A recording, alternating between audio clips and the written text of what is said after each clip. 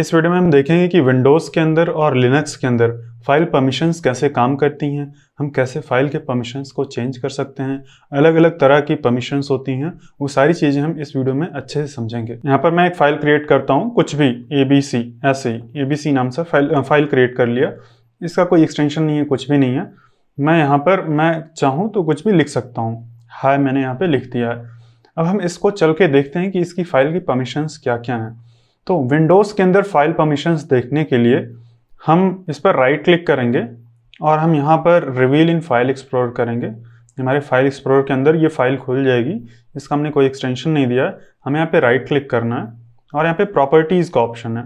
अगर आप विंडोज़ 10 में हैं तो आपके में भी ऐसे ही ऊपर कहीं ना कहीं आ जाएगा, या फिर यहाँ पे शो मोर करेंगे ना तो इस तरह से सबसे नीचे प्रॉपर्टीज़ का ऑप्शन विंडोज़ 10 में आएगा।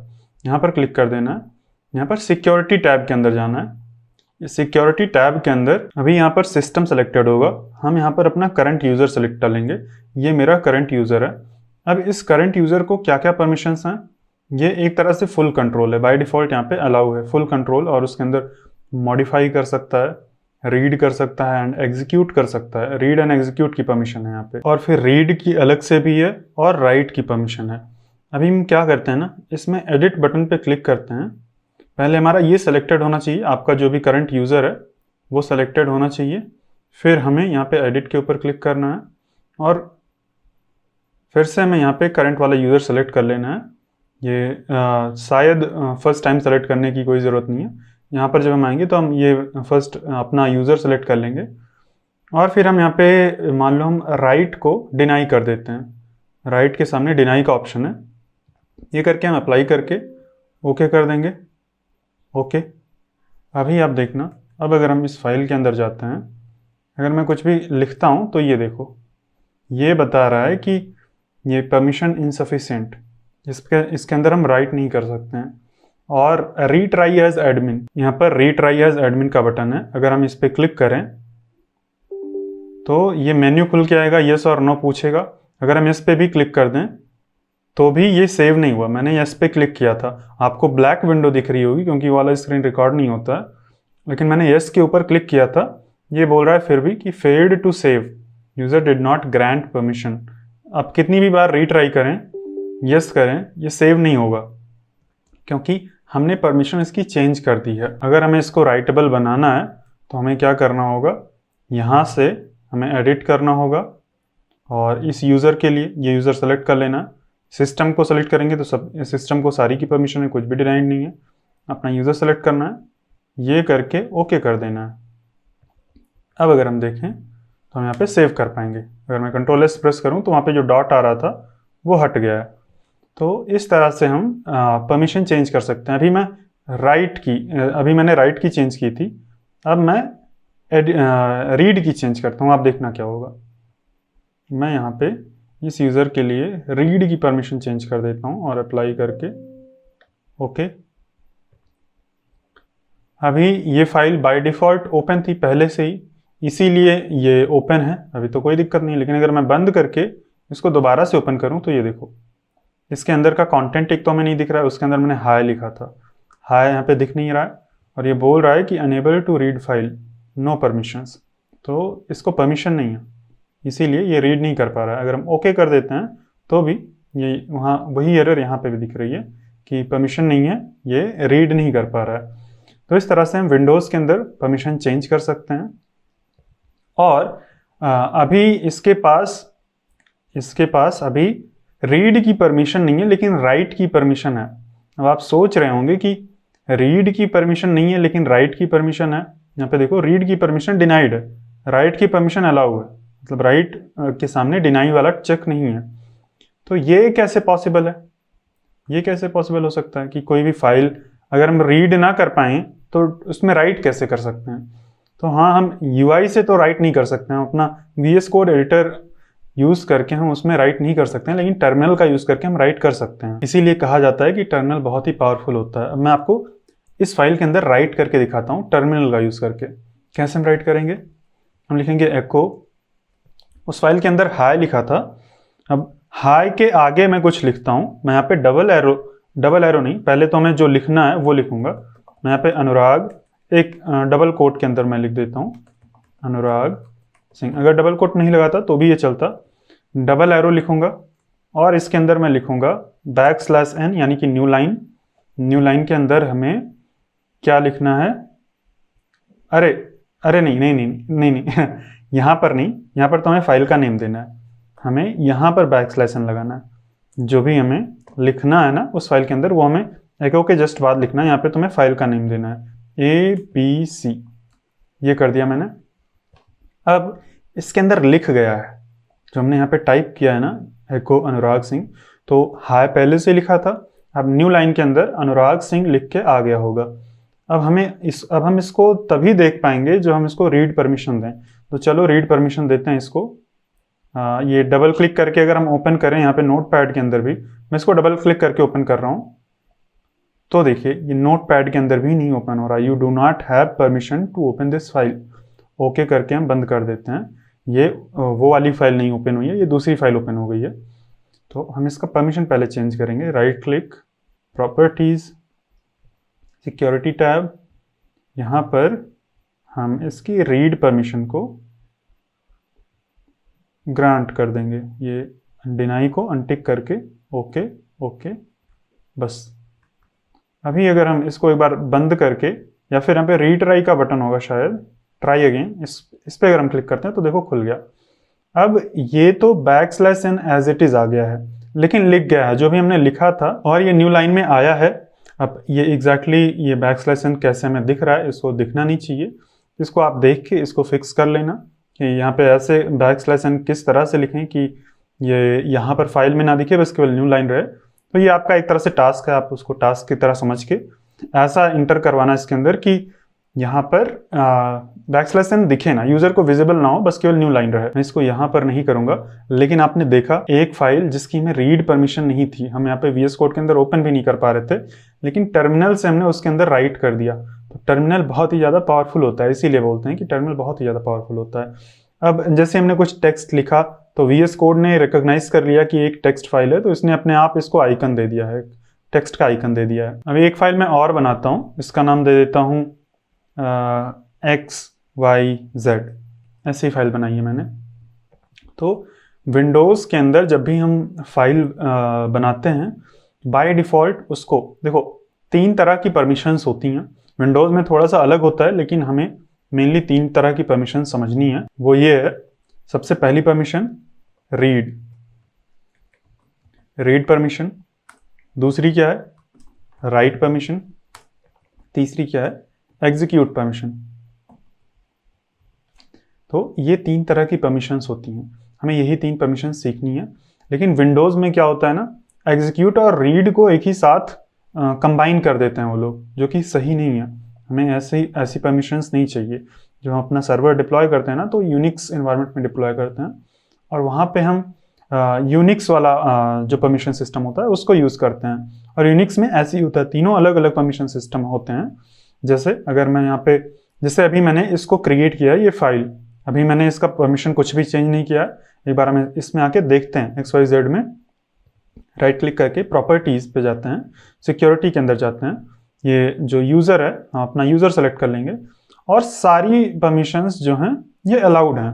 जो भी सारी परमिशन है इसको अलाउड होती हैं बाय डिफ़ॉल्ट। तो यहाँ पर आपको एक और दिखेगा यहाँ पे रीड एंड एग्जीक्यूट।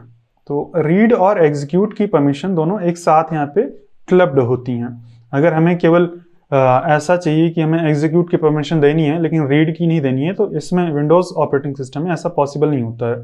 और अगर आप अगर आपको एग्जीक्यूट रिमूव करना है, आप रीड तो इंडिविजुअली रिमूव कर सकते हैं, यहाँ पे डिनाई करके रीड इंडिविजुअली परमिशन रीड की रिमूव कर सकते हैं, लेकिन एग्जीक्यूट की रिमूव नहीं कर सकते हैं। अगर आप एग्जीक्यूट की रिमूव करेंगे तो आप देखिए ऑटोमेटिकली रीड की भी परमिशन रिमूव हो गई। मैं केवल ये वाला बॉक्स चेक करूंगा, नीचे वाला बॉक्स ऑटोमेटिकली चेक हो जाता है। तो ये चलो अभी यहाँ पर मैं परमिशन चेंज नहीं करता हूँ, कैंसिल कर देता हूँ। अभी हम देखते हैं जो हमारा XYZ फाइल है, इसके अंदर मैं इस चीज़ को कॉपी करके ABC वाले के अंदर रख देता हूँ। यहाँ पर ये 3 तरह की परमिशंस होती हैं। और यहाँ पर मैं क्या करूँगा, यहाँ पर मैं एक कमांड लिख देता हूँ, एको हेलो फ्रॉम XYZ फाइल। आप देखना यहाँ पे VS कोड ऑटोमेटिकली डिटेक्ट कर रहा है कि ये एक कमांड वाली फाइल है। हम यहाँ पे बैश की कमांड लिख रहे हैं तो इसने ऑटोमेटिकली इसका आइकन चेंज करके बैश कर दिया है। इसके अंदर हमने नॉर्मल टेक्स्ट लिखा है तो इसने इसका आइकन चेंज करके टेक्स्ट का आइकन कर दिया है। बस ये VS कोड है जो कि इतना इंटेलिजेंट है, जो कि आइकन दे रहा है, लेकिन हमारा जो फाइल एक्सप्लोरर है वो इतना इंटेलिजेंट नहीं है। वो सबका आइकन ऐसे ही देगा, अगर हम उसका एक्सटेंशन प्रॉपर नहीं देते हैं तो वो ऐसे ही देगा। हमारा VS कोड थोड़ा ज़्यादा इंटेलिजेंट है। अब हम यहाँ पे क्या करेंगे, इस फाइल को एग्जीक्यूट करेंगे। हमने देखा था कि एक एग्जीक्यूटेबल फाइल क्या होती है। दो तरह की एग्जीक्यूटेबल फाइल्स होती हैं। एक तो बाइनरी एग्जीक्यूटेबल फाइल जो कि हमने देखा था क्या होती है, .exe एक्सटेंशन होता है उनके पीछे। विंडोज़ के अंदर एक्सटेंशन होता है और यूनिक्स ऑपरेटिंग सिस्टम्स के अंदर जैसे कि मैक और लिनक्स के अंदर कोई एक्सटेंशन नहीं होता है, बस प्लेन फाइल्स होती हैं। लेकिन उनके अंदर का जो कोड होता है वो बाइनरी कोड होता है, टेक्स्ट कोड नहीं होता है। लेकिन दूसरी फाइल्स होती हैं स्क्रिप्ट एग्जीक्यूटेबल फाइल, जिनके अंदर कुछ टेक्स्ट लिखा होता है, हम उसको रीड कर सकते हैं। तो जैसे कि ये एक बाइनरी एग्जीक्यूटेबल फाइल है, बाइनरी नहीं, ये एक स्क्रिप्ट एग्जीक्यूटेबल फाइल है। और इसको रन करने के लिए हमें क्या करना है, चाहे जो एग्जीक्यूटेबल फाइल हो हमें बस केवल उसका पाथ दे देना है। तो हमें यहाँ पे लिखना है ./XYZ और यहाँ पे एंटर प्रेस कर देना है। तो ये देखो जो हमने इसके अंदर लिखा था हेलो फ्रॉम XYZ फाइल, ये यहाँ पे प्रिंट हो गया है। तो ये बाय डिफॉल्ट एग्जीक्यूटेबल होता है विंडोज़ के अंदर। अगर हम इसकी एग्जीक्यूट परमिशन रिमूव कर दें यहाँ से, एडिट, ये XYZ, ये तो ABC फाइल का है, इसको मैं बंद कर देता हूँ, इस चीज़ को मैं क्लोज कर देता हूँ। मैं XYZ फाइल का परमिशन ओपन करता हूँ। मैंने इसको सेलेक्ट कर लिया और अगर मैं अल्ट बटन और एंटर बटन प्रेस करता हूँ तो ऑटोमेटिकली प्रॉपर्टीज़ वाली विंडो ओपन हो जाती है। तो आगे से मैं ये शॉर्टकट यूज़ करूँगा, राइट क्लिक करके प्रॉपर्टीज़ के ऊपर नहीं क्लिक करूँगा। अब यहाँ पर अगर हम देखें तो यहाँ पर इसको सेलेक्ट करेंगे, एडिट पे क्लिक करेंगे, हम इसकी एग्जीक्यूट परमिशन को रिमूव करते हैं। ये मैंने एग्जीक्यूट की परमिशन रिमूव की तो इसकी रीड की परमिशन रिमूव हो गई है। मैं इसको ओके कर देता हूँ। अब अगर हम इसको एग्जीक्यूट करने की कोशिश करें, पहली बात तो ये अगर बंद करके हम ओपन करेंगे तो ये रीड भी नहीं हो पाएगा। ये 1 मिनट, ये तो रीड हो रहा है। चलो एग्जीक्यूट करके देखते हैं। यहाँ पे मैं एग्जीक्यूट करता हूँ तो ये एग्जीक्यूट भी हो रहा है। मैंने किस फाइल का चेंज कर दिया है या ओके करके सेव नहीं किया है, क्या गड़बड़ी हो गई है, ये शायद सेव नहीं हुआ सही से, नहीं तो ये काम करना चाहिए यहाँ पे क्योंकि दिख नहीं रहा है।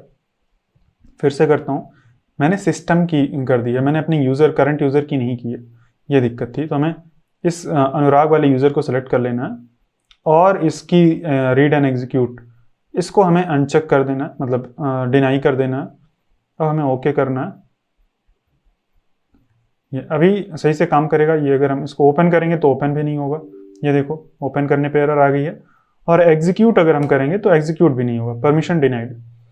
तो कुछ इस तरह से विंडोज़ के अंदर जो फाइल परमिशंस होती हैं वो काम करती हैं और हम उसको टर्मिनल के अंदर भी देख सकते हैं। टर्मिनल के अंदर कैसे देख सकते हैं, अगर हम हम एक कमांड रन करें ls-l का मतलब होता है लॉन्ग फॉर्मेट। मतलब में अगर हम केवल ls करेंगे तो हमें, जैसे हम केवल ls कर देते हैं तो हमें केवल ABC और XYZ 2 फाइल्स हैं ये दिखती हैं। लेकिन ls-l अगर हम करते हैं तो हमें टोटल 2 फाइल्स दिखी हैं। ये तो पहले भी टोटल 2 फाइल्स दिखी थी, लेकिन ये लॉन्ग फॉर्मेट में, इसकी और भी एक्स्ट्रा डिटेल्स हैं। अगर हम यहाँ पे देखें तो ये जो ls कमांड है और l कमांड है, ls-l फ्लैग है, ये सारा कुछ यूनिक्स ऑपरेटिंग सिस्टम के बेसिस पे है। यहाँ पर हमने बैश यूज़ किया है, हमने अपने विंडोज़ ऑपरेटिंग के सिस्टम में हम बैश यूज़ कर रहे हैं। तो यहाँ पर ये दिखा रहा है कि रीड परमिशन है, बस यहाँ पे ये एग्जीक्यूट परमिशन नहीं है। अब ये कैसे काम कर रही है, कैसे मुझे इससे समझ आ रहा है, इसको हम डिटेल में देखेंगे। लेकिन यहाँ पर जो विंडोज़ ऑपरेटिंग सिस्टम होता है उसके अंदर ls-l से अगर हम देखेंगे तो हमें एक्यूरेट पिक्चर नहीं मिलेगी, क्योंकि जैसे XYZ फाइल है ना, इसकी रीड परमिशन नहीं है हमें।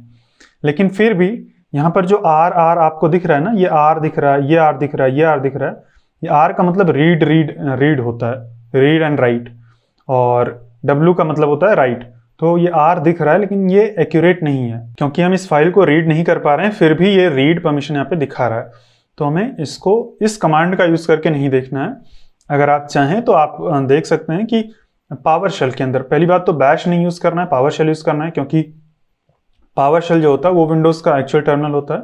आप चैट जीपीटी से पूछ लीजिए कि फाइल परमिशंस देखने के लिए हम पावर शेल के अंदर कौन सी कमांड यूज करें। बैश के अंदर आप देखेंगे तो गलत ही दिखेगा, क्योंकि ये बैश की फाइल नहीं है, बैश यानी कि लिनक्स की फाइल नहीं है एक तरह से। तो यहाँ पर कभी सही दिख सकता है, कभी गलत दिख सकता है, और हम यहाँ पर टर्मिनल का यूज करके, बैश का यूज करके उसकी प्रॉपर्टीज को चेंज भी नहीं कर सकते हैं। बैश टर्मिनल का यूज करके नहीं चेंज कर सकते हैं, पावर शेल का यूज करके चेंज कर सकते हैं। आप कमांड देख लेना। लेकिन हम यहाँ पे विंडोज का फाइल परमिशन सिस्टम हम नहीं सीखने आए थे, हमें यूनिक्स का परमिशन सिस्टम सीखना है, लिनक्स का परमिशन सिस्टम सीखना है। लेकिन हमें बेसिक ओवरव्यू हो गया है कि परमिशन सिस्टम कैसे काम करती हैं। हम इसका चेंज भी कर सकते हैं परमिशन सिस्टम यहाँ से, यूआई से, प्रॉपर्टीज के अंदर। तो ये बेसिकली 3 तरह की परमिशंस होती हैं, वो हमने देख लिया। अब हम क्या करेंगे, हम अपना यूनिक्स ऑपरेटिंग सिस्टम खोलेंगे। यूनिक्स ऑपरेटिंग सिस्टम कैसे खोलना है, हमें यहाँ पे जाना है फाइल मैनेजर के अंदर, यहाँ पर हमें टाइप करना है $WSL।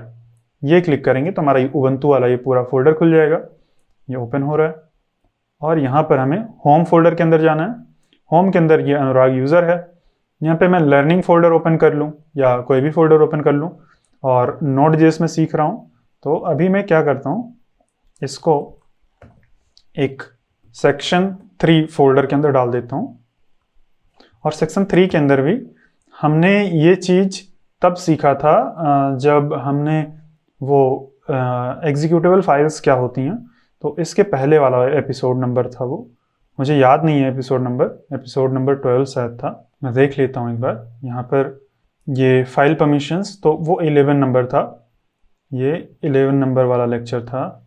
इसको मैं 11 कर दूंगा।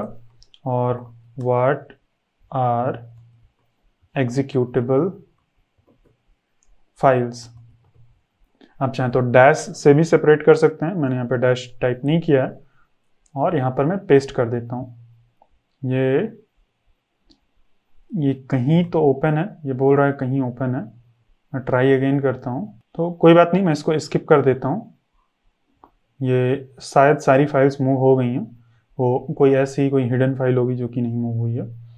ये सोर्स फोल्डर है, सोर्स फोल्डर, इसकी परमिशन नहीं है। अगर मैं डिलीट करता हूँ, देखता हूँ, कंटिन्यू, ये डिलीट भी नहीं हो रहा है। कोई नहीं, इसको हम इग्नोर कर सकते हैं। इसका access contact administrator to serve this file, ठीक है। चलो हम इसको यहाँ से तो डिलीट नहीं कर पा रहे हैं, हम इसको इस पूरे चीज़ को अपने उसके उबंटू के अंदर खोलते हैं, ओपन विथ VS कोड, और फिर यहाँ पे WSL का पूरा अभी आ जाएगा। यहाँ पे ये बोलेगा, ये देखो WSL reopen folder with WSL, इसके अंदर आ जाएंगे और यहाँ से हम डिलीट कर पाएंगे हम, क्योंकि अभी हम अपने उबंटू के अंदर हैं। ये यहाँ पे दिख रहा है WSL उबंटू। यहाँ से अगर हम डिलीट करें तो ये यहाँ से भी डिलीट नहीं हो रहा है। मैं सीधा टर्मिनल से डिलीट करता हूँ, देखते हैं टर्मिनल से डिलीट होता है कि नहीं। यहाँ पे RM एक बार ओपन करके देखते हैं ये ओपन होता है कि नहीं। ठीक है, RMDIR, क्योंकि ये एम्प्टी डायरेक्टरी है तो शायद ऐसे ही डिलीट हो जाए। RMDIR SRC, ये एम्प्टी डायरेक्टरी नहीं है, ये हमें परमिशन नहीं है। तो चलो हम इसकी परमिशन देखते हैं, डायरेक्टरी की परमिशन देखते हैं। हम ls-l करते हैं, तो यहाँ पर सोर्स डायरेक्टरी है, इसकी परमिशन जो है ये यहाँ पे जो पहला कैरेक्टर है तो बता रहा है डायरेक्टरी है। इसकी राइट की परमिशन नहीं है, रीड की परमिशन नहीं है, इसीलिए ओपन नहीं हो रही है। शायद मैंने क्या बोलते हैं, मैंने इसको टेस्टिंग के टाइम पे, ये वीडियो पढ़ाने के टाइम पे मैंने इसकी परमिशंस चेंज कर दी हैं। तो चलो इसकी परमिशन अब चेंज करके दिखाते हैं। इसको डिलीट करना है, तो रियल यूज केस आ गया है। तो हमने देखा कि ls-l करेंगे तो इस करंट डायरेक्टरी के अंदर, इस नोड फोल्डर के अंदर जितनी भी फाइल्स हैं सबका हमें ऐसे लिस्ट करके दे देगा। लेकिन अगर हमें केवल एक ही चाहिए, जैसे हमें केवल सोर्स का ही चाहिए, तो हम यहाँ पे src ऐसे लिख सकते हैं। तो ये देखो, ये इंडिविजुअली इसका दे भी नहीं रहा है क्योंकि इसकी रीड परमिशन भी नहीं है। तो चलो हम पूरा का पूरा ऐसे ही कर लेते हैं। और हम क्या करेंगे, हमें इसकी परमिशन चेंज करनी है। अब विंडोज़ के अंदर हमने देखा था कि हम सीधा राइट क्लिक करते हैं और रिवील इन मतलब फाइल एक्सप्लोरर करके हम वहाँ पे उसकी प्रॉपर्टीज़ में जाके चेंज कर सकते हैं। लेकिन यहाँ पर अगर हम जाएं, यहाँ पे हम राइट क्लिक करें, अगर हम प्रॉपर्टीज़ पे क्लिक करें, ये वही सोर्स फोल्डर है, लेकिन यहाँ पे सिक्योरिटी का कोई टैब ही नहीं है। ये जो फोल्डर है ये विंडोज़ ऑपरेटिंग सिस्टम के अंदर है ही नहीं। हो सकता है आप सोच रहे होंगे कि ये तो फोल्डर है, फोल्डर की परमिशंस होती हैं क्या? तो हाँ, होती हैं। अगर मैं आपको यहाँ पे रिवील इन फाइल एक्सप्लोरर करता हूँ और यहाँ पे राइट क्लिक करूँ, इस पे प्रॉपर्टीज़ पे जाऊँ, यहाँ पर सिक्योरिटी के अंदर ये सारी परमिशंस आपको दिख जाएंगी एकदम वैसे ही जैसे एक फ़ाइल के लिए थी। तो जैसे एक फ़ाइल के लिए परमिशंस होती है वैसे ही फोल्डर्स के लिए भी परमिशन होती हैं। यहाँ पे सिक्योरिटी का टैब दिख रहा है हमें क्लियरली, लेकिन यहाँ पे सोर्स के लिए, क्योंकि ये उबुंटू के अंदर है, ये एक लिनक्स ऑपरेटिंग सिस्टम है जो कि हमने विंडोज़ के अंदर ओपन कर रखा है, इसकी प्रॉपर्टीज़ में हमें ऐसा कुछ नहीं दिख रहा है। तो इसका हम कैसे चेंज करेंगे, इसका हम परमिशन कैसे चेंज करेंगे? और हमारे पास तो लिनक्स का वो भी नहीं है, यूआई की लिनक्स के अंदर जाके हम चेंज करें। तो लिनक्स के लिए हमारे पास जो भी है यही है। ये तुम्हारा विंडोज़ खुल गया है, इसको मैं मिनिमाइज़ कर देता हूँ। लेकिन लिनक्स के लिए जो भी हमारा यही है, विंडोज़ का एक VS कोड का एक विंडो ओपन है, यहाँ पे टर्मिनल है लिनक्स का। अब हमें इसी का यूज़ करके चेंज करना है। तो चेंज करने से पहले हम एक चीज़ समझते हैं, जैसे कि मैं ls-l करता हूँ तो इसमें अलग अलग चीज़ें आई हैं, इनका क्या मतलब है हम पीछे से समझना शुरू करते हैं क्योंकि ईजी है। ये यहाँ पर ये जो भी फाइल या फोल्डर है उसका नाम रहेगा। मैं यहाँ पे एक फाइल भी क्रिएट कर देता हूँ app.js बस, और इसके अंदर मैं लिख देता हूँ const, या const भी नहीं, बस केवल हाई लिख देता हूँ, बस हाई मैंने यहाँ पे लिख दिया है। तो हम लास्ट से समझते हैं क्योंकि पीछे से समझना इजी है, यहाँ पे आगे तो बहुत ही XYZ ABCD लिखा है। तो ये फाइल का नेम और फोल्डर का नेम यहाँ पे आता है। फोल्डर का नेम थोड़ा हाईलाइटेड है और ये लिंक जैसा भी बन के आ रहा है, अगर हम कंट्रोल क्लिक करेंगे तो ओपन भी हो जाएगा। लेकिन फाइल का नेम ऐसे ही है, तो फाइल का नेम, फोल्डर का नेम सबसे पीछे आता है। ये जो टाइम है, ये टाइम दिखाता है कि कितने बजे लास्ट टाइम मॉडिफाई हुआ था। तो ये दोनों फाइल्स, ये जैसे सेक्शन 3 है, ये अभी मॉडिफाई हुआ है। ये अभी 30 तारीख को जब मैं रिकॉर्ड कर रहा हूँ वीडियो, ये अभी आज के टाइम पर मॉडिफाई हुआ है। लेकिन ये सोर्स फोल्डर 29 को ही मॉडिफाई हुआ था, यानी कि एक दिन पहले ही इसको चेंज किया गया था और इतने बजे। तो कितने बजे चेंज हुआ है वो फाइल फोल्डर ये दिखाता है। जैसे कि अभी app.js वाली फाइल मैंने जस्ट अभी क्रिएट की है 9:05 पे, तो यहाँ पे 9:05 आ रहा है। अगर मैं आपको सेटिंग्स में जाके टाइम दिखाऊं, यहाँ पर टाइम दिख रहा होगा, कहाँ है टाइम एंड लैंग्वेज, तो देखो 9:06 अभी हो रहा है। जब भी हमें टाइम देखना होगा मैं यहाँ पे आके दिखाऊंगा आपको। वैसे तो यहाँ पे मेरे कॉर्नर में दिख रहा है, लेकिन उसके ऊपर मैं आ रहा हूँ तो आपको दिख नहीं रहा होगा, और एडिटिंग में उसको इधर उधर करने में उतना ईजी नहीं रहता। तो यहाँ पर ये फाइल दिखा रही है हमें कि कब क्रिएट हुई, कब चेंज हुई है। बस उसमें अगर मॉडिफिकेशन हम कर देंगे, यहाँ पे जैसे अभी मैं यहाँ पे कुछ मॉडिफिकेशन कर दूँ, हाँ कि यहाँ पे हेलो कर दूँ, कुछ भी चेंज कर देता हूँ और फिर से मैं ls-l करता हूँ, तो देखो 9:07 पे मॉडिफाई हुई है। ये 9:07 यहाँ पे दिखा रहा है ये। तो ये मॉडिफिकेशन का टाइम होता है ये पूरा यहाँ तक। अब ये क्या है, ये 6 क्या लिखा है, इसका क्या मतलब होता है? तो इसका मतलब होता है कितने बाइट्स का इंफॉर्मेशन उसके अंदर है, इसके अंदर कितने बाइट्स का इंफॉर्मेशन है। तो यहाँ पर हमारे पास 6 बाइट्स, 6 लेटर्स हैं यहाँ पे, 1 2 3 4 5, और ये एक यहाँ पे है, ये एक न्यू लाइन है ना, तो इसीलिए यहाँ पे 6 दिखा रहा है। अगर मैं ये न्यू लाइन डिलीट कर दूं तो 5 हो जाएगा।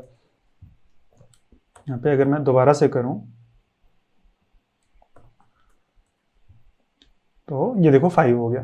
तो अभी तो जैसे ये कैरेक्टर है तो एक कैरेक्टर एक बाइट को ही रिप्रेजेंट कर रहा है, लेकिन ऐसा हो सकता है कोई ऐसा कैरेक्टर जो कि एक कैरेक्टर कई सारे बाइट्स को, 2 बाइट्स को रिप्रेजेंट करे। तो ऐसा एकदम जरूरी नहीं कि जितने कैरेक्टर्स होंगे उतने ही बाइट्स यहाँ पे दिखेंगे, लेकिन इस केस में, हमारे केस में ये ऐसा है और यहाँ पे 5 दिख रहा है। तो ये हो गया। और यहाँ पर आप जो ये दो नंबर्स देख रहे हैं ये क्या है, और ये दोनों फोल्डर्स के लिए सेम ही क्यों है? ये सेक्शन फोल्डर के लिए भी सेम है, सोर्स फोल्डर के लिए भी सेम है। जब भी यूनिक्स ऑपरेटिंग सिस्टम के अंदर कोई भी फोल्डर क्रिएट होता है, यानी कि डायरेक्टरी क्रिएट होती है, तो बाय डिफॉल्ट ये 4 KB का स्पेस उसको एलोकेट करता है उस डायरेक्टरी की इंफॉर्मेशन को स्टोर करने के लिए। तो जैसे इस फाइल का कुछ पेरेंट डायरेक्टरी होगा, इसके कुछ चिल्ड्रन होंगे, तो इन सब इंफॉर्मेशन को स्टोर करने के लिए ये यहाँ पे 4 KB का स्टोरेज वो रिजर्व करके रखता है। अगर हम यहाँ पे चेक करें मल्टीप्लाई करके, कैसे 1024 का मतलब होता है 1024 का मतलब 1 KB, 1024 बाइट्स का मतलब 1 KB। तो इसको अगर हम 4 से मल्टीप्लाई कर देंगे तो वही है 4096 यहाँ पे आ रहा है। जो ये 4 KB का स्पेस है जो कि यूनिक्स ऑपरेटिंग सिस्टम हर एक फोल्डर के लिए रिजर्व करके रखता है। और ये ऐसा नहीं है कि इसके अंदर के कंटेंट का, जैसे इसके अंदर ये कंटेंट है, इसका साइज नहीं है। आप ये मत सोचना कि ये सभी फाइल्स का साइज है। आप इसमें कितनी भी फाइल्स ऐड करते जाएं इसका साइज नहीं बढ़ेगा। जैसे कि मैं आपको कुछ ऐड करके दिखा देता हूँ। यहाँ पे मैं यहाँ पर एक नया ओपन कर लेता हूँ। यहाँ पे मैं चलो मैं डाउनलोड्स के अंदर चला जाता हूँ। मैं 1-2 स्क्रीनशॉट्स यहाँ पे ऐड कर देता हूँ। ये मैंने 4 स्क्रीनशॉट्स कॉपी कर लिए हैं। पहले इनका साइज मैं अल्ट और एंटर प्रेस करके साइज अगर चेक करूँ तो 1.6 MB है चारों। अभी मैं इसको मूव करके मतलब ड्रैग एंड ड्रॉप करके अपने इसके अंदर डाल देता हूँ। अरे कहाँ गया मेरा वाला, यही है। यहाँ पे सेक्शन के अंदर मैंने डाल दिया ये चारों इमेजेस। आप देखिए कि हम विंडोज के अंदर से, ये देखो हमारा विंडोज का ऑपरेटिंग सिस्टम है, विंडोज का डाउनलोड्स फोल्डर है, इसके अंदर से हम यूनिक्स के अंदर यानी कि लिनक्स के अंदर ड्रैग एंड ड्रॉप कर रहे हैं। यहाँ पे हम ड्रैग एंड ड्रॉप कर रहे हैं और एकदम स्मूथली चल रहा है। देखो सेक्शन 3 के अंदर ड्रैग एंड ड्रॉप हो गया होगा। यहाँ पर ये देखो सारी इमेजेस यहाँ पे ड्रैग एंड ड्रॉप हो गई। तो इतना अच्छा है WSL। यहाँ पे हमने ड्रैग एंड ड्रॉप कर दी है ये सारी फाइल्स। अगर हम फिर से ये चीज़ करेंगे तो फिर से इसका साइज इंक्रीज नहीं हुआ ना, तो इसका मतलब इसका तो क्यों ही इंक्रीज होगा, सोर्स में तो हमने कुछ किया भी नहीं है। इसका भी साइज नहीं इंक्रीज हुआ क्योंकि ये इसके कंटेंट का साइज है ही नहीं। बाय डिफॉल्ट फोल्डर्स को इतना KB असाइन होता है जब भी वो क्रिएट होते हैं।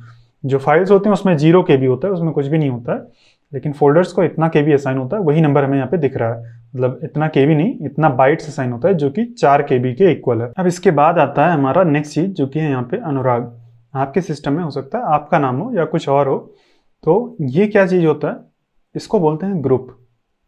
तो हमने तो कोई ग्रुप नहीं क्रिएट किया था। ये है यूजर, ये यूजर का नेम, ये है ग्रुप का नेम। हमने यूजर तो क्रिएट किया था, हमें याद है जब हमने WSL इंस्टॉल किया था तो यूजर हमने दिया था अनुराग और पासवर्ड दिया था अनुराग। मतलब पासवर्ड जो भी दिया था, पासवर्ड दिया था और यूजर दिया था, लेकिन हमने कोई भी ग्रुप नहीं क्रिएट किया था। तो जब भी एक नया यूजर हम क्रिएट करते हैं यूनिक्स ऑपरेटिंग सिस्टम के अंदर, ऑटोमेटिकली एक उसी यूजर के नाम का एक ग्रुप क्रिएट हो जाता है। तो इसीलिए हमें यहाँ पे एक ग्रुप दिख रहा है। अब यूनिक्स ऑपरेटिंग सिस्टम के अंदर अलग अलग यूजर्स हम क्रिएट कर सकते हैं, अलग अलग ग्रुप्स हम क्रिएट कर सकते हैं। तो इसीलिए यहाँ पे हमें अलग यूजर का नेम अलग और ग्रुप का नेम अलग दिखा रहा है। इस वीडियो में या इस कोर्स में हम अलग यूजर्स या अलग ग्रुप्स नहीं क्रिएट करना सीखेंगे। आप चाहें तो आप ChatGPT की हेल्प लेके अलग यूजर्स अलग ग्रुप्स क्रिएट कर सकते हैं। इसी WSL के अंदर भी क्रिएट हो जाएगा और उनको अलग अलग परमिशंस हम असाइन कर सकते हैं। अभी के लिए बस आप ये समझ लीजिए कि ये ग्रुप है, ये कुछ और भी हो सकता था। इसको यूज़र का नेम होना ज़रूरी नहीं है, इसको चेंज भी किया जा सकता है। अगर एक नया ग्रुप हम क्रिएट करके इस यूज़र को उस नए ग्रुप में असाइन कर देंगे तो ये चेंज हो जाएगा। तो एक ग्रुप का कॉन्सेप्ट इसीलिए है कि जैसे कि मान लो कोई ऐसा यूज़र है, मल्टीपल यूज़र्स को हमें सेम रोल देना है तो हम उनको एक ग्रुप के अंदर ऐड कर सकते हैं। इसीलिए यूज़र्स का कॉन्सेप्ट, ग्रुप्स का कॉन्सेप्ट होता है। और एक मशीन को कई सारे यूज़र्स यूज़ कर सकते हैं। आप सोच रहे होंगे एक मशीन को कई सारे यूज़र्स कैसे यूज़ करेंगे। तो ऐसा होता है जब हम अपना सिस्टम डिप्लॉय करते हैं, सिस्टम अपना मतलब अपनी एप्लीकेशन जब रिमोट सर्वर पे डिप्लॉय करते हैं तो हम वहाँ पे एक ही कंप्यूटर रेंट करते हैं। ऐसा नहीं कि 10 डेवलपर हमारी कंपनी में तो 10 अलग अलग कंप्यूटर्स होंगे, 10 अलग अलग यूज़र्स होंगे। हम एक ही कंप्यूटर वहाँ पे लेंगे, एक ही हमें टर्मिनल मिलेगा, एक ही शेल मिलेगा, उसके अंदर अलग अलग डेवलपर्स को अलग अलग रोल मिलेगा। जैसे कोई मान लो सीनियर डेवलपर है तो उसको एडमिनिस्ट्रेटर का रोल मिलेगा, कोई इंटर्न है तो उसको कुछ बेसिक चेंजेस करने के रोल मिलेंगे, वो फाइल को डिलीट नहीं कर पाएगा। ऐसे और भी कई सारे तरह के यूज़र्स क्रिएट करके हम उनको अलग अलग रोल्स दे सकते हैं।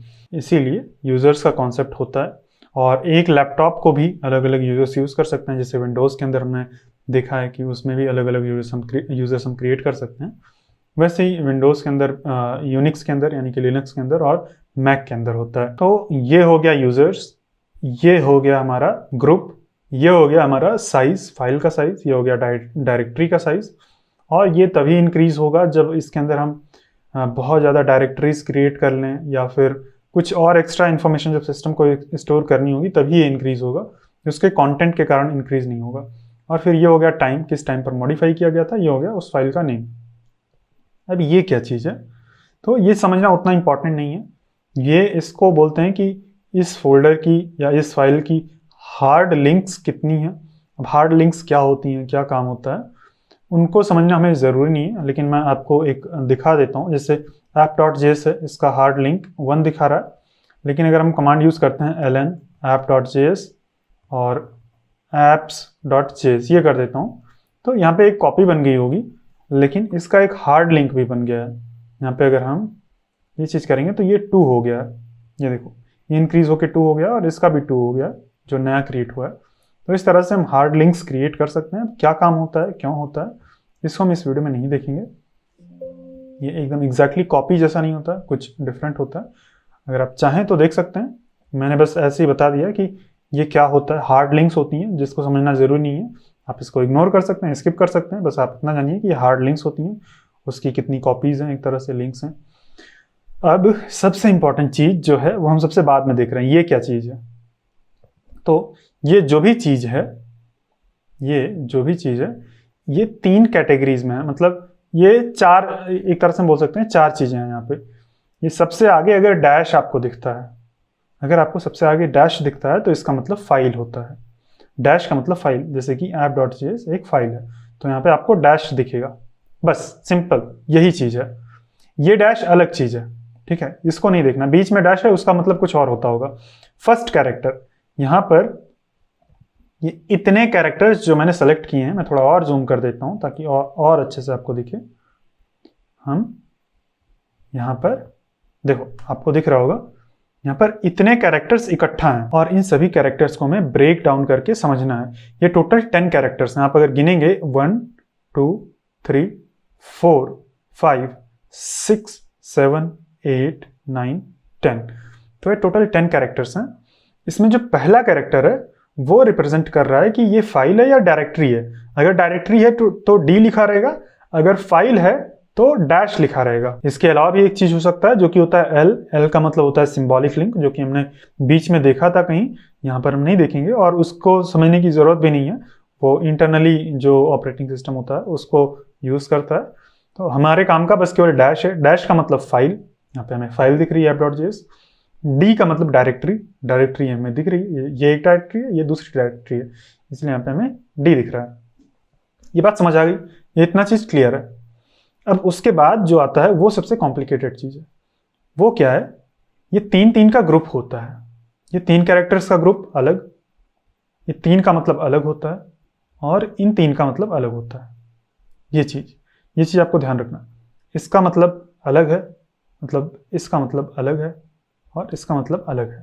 अब क्या अलग मतलब है, देखो तीनों का मतलब होता है रीड राइट। RW से आपको दिख रहा होगा रीड राइट। यहां पर ये जो तीनों कैरेक्टर्स हैं, यहाँ पे रीड राइट और एक्स है। एक्स का मतलब होता है एग्जीक्यूट, हालांकि ई से स्टार्ट होता है एग्जीक्यूट, लेकिन यहाँ पे एक्स से रिप्रेजेंट किया जाता है। तो ये हो गया रीड, ये हो गया राइट, ये हो गया एग्जीक्यूट, यानी कि इस डायरेक्टरी को हम एग्जीक्यूट कर सकते हैं। अभी तक हमने देखा है कि एग्जीक्यूटेबल फाइल्स होती हैं, लेकिन एग्जीक्यूटेबल डायरेक्टरीज का क्या मतलब होता है, समझते हैं। एग्जीक्यूटेबल डायरेक्टरीज का मतलब होता है कि हम बस बहुत सिंपल होता है।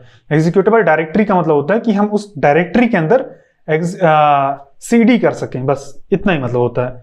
अगर हम यहाँ पे CD करें, CD सेक्शन 3 ये करेंगे तो हम सेक्शन 3 के अंदर आ गए। लेकिन इस डायरेक्टरी, जो सोर्स डायरेक्टरी है, यहाँ पर भी एग्जीक्यूट की परमिशन है, तो यहाँ पर भी हम cd कर सकते हैं। अगर हम cd करके बैक जाएं, .बैक, अगर हम cd करके सोर्स src करें, तो ये देखो हम सोर्स डायरेक्टरी के अंदर आ गए हैं। देखो सोर्स डायरेक्टरी जो है, इसको रीड की कहाँ गई हमारी सोर्स डायरेक्टरी, यहाँ पे दिखा नहीं रहा। मैं एक बार फिर से मैं पूरा डिलीट करके पूरा प्रिंट करता हूँ। अब ये देखो सोर्स डायरेक्टरी की रीड परमिशन नहीं है, इसीलिए हमें इसके कंटेंट को लिस्ट भी नहीं कर पा रहे हैं। ये देखो जो सोर्स डायरेक्टरी है उसको रीड परमिशन नहीं है। अगर मैं cd back जाऊं और यहाँ पे ls करूं, तो सोर्स डायरेक्टरी को यहाँ पे रीड परमिशन, आपको r यहाँ पे कहीं नहीं दिख रहा होगा।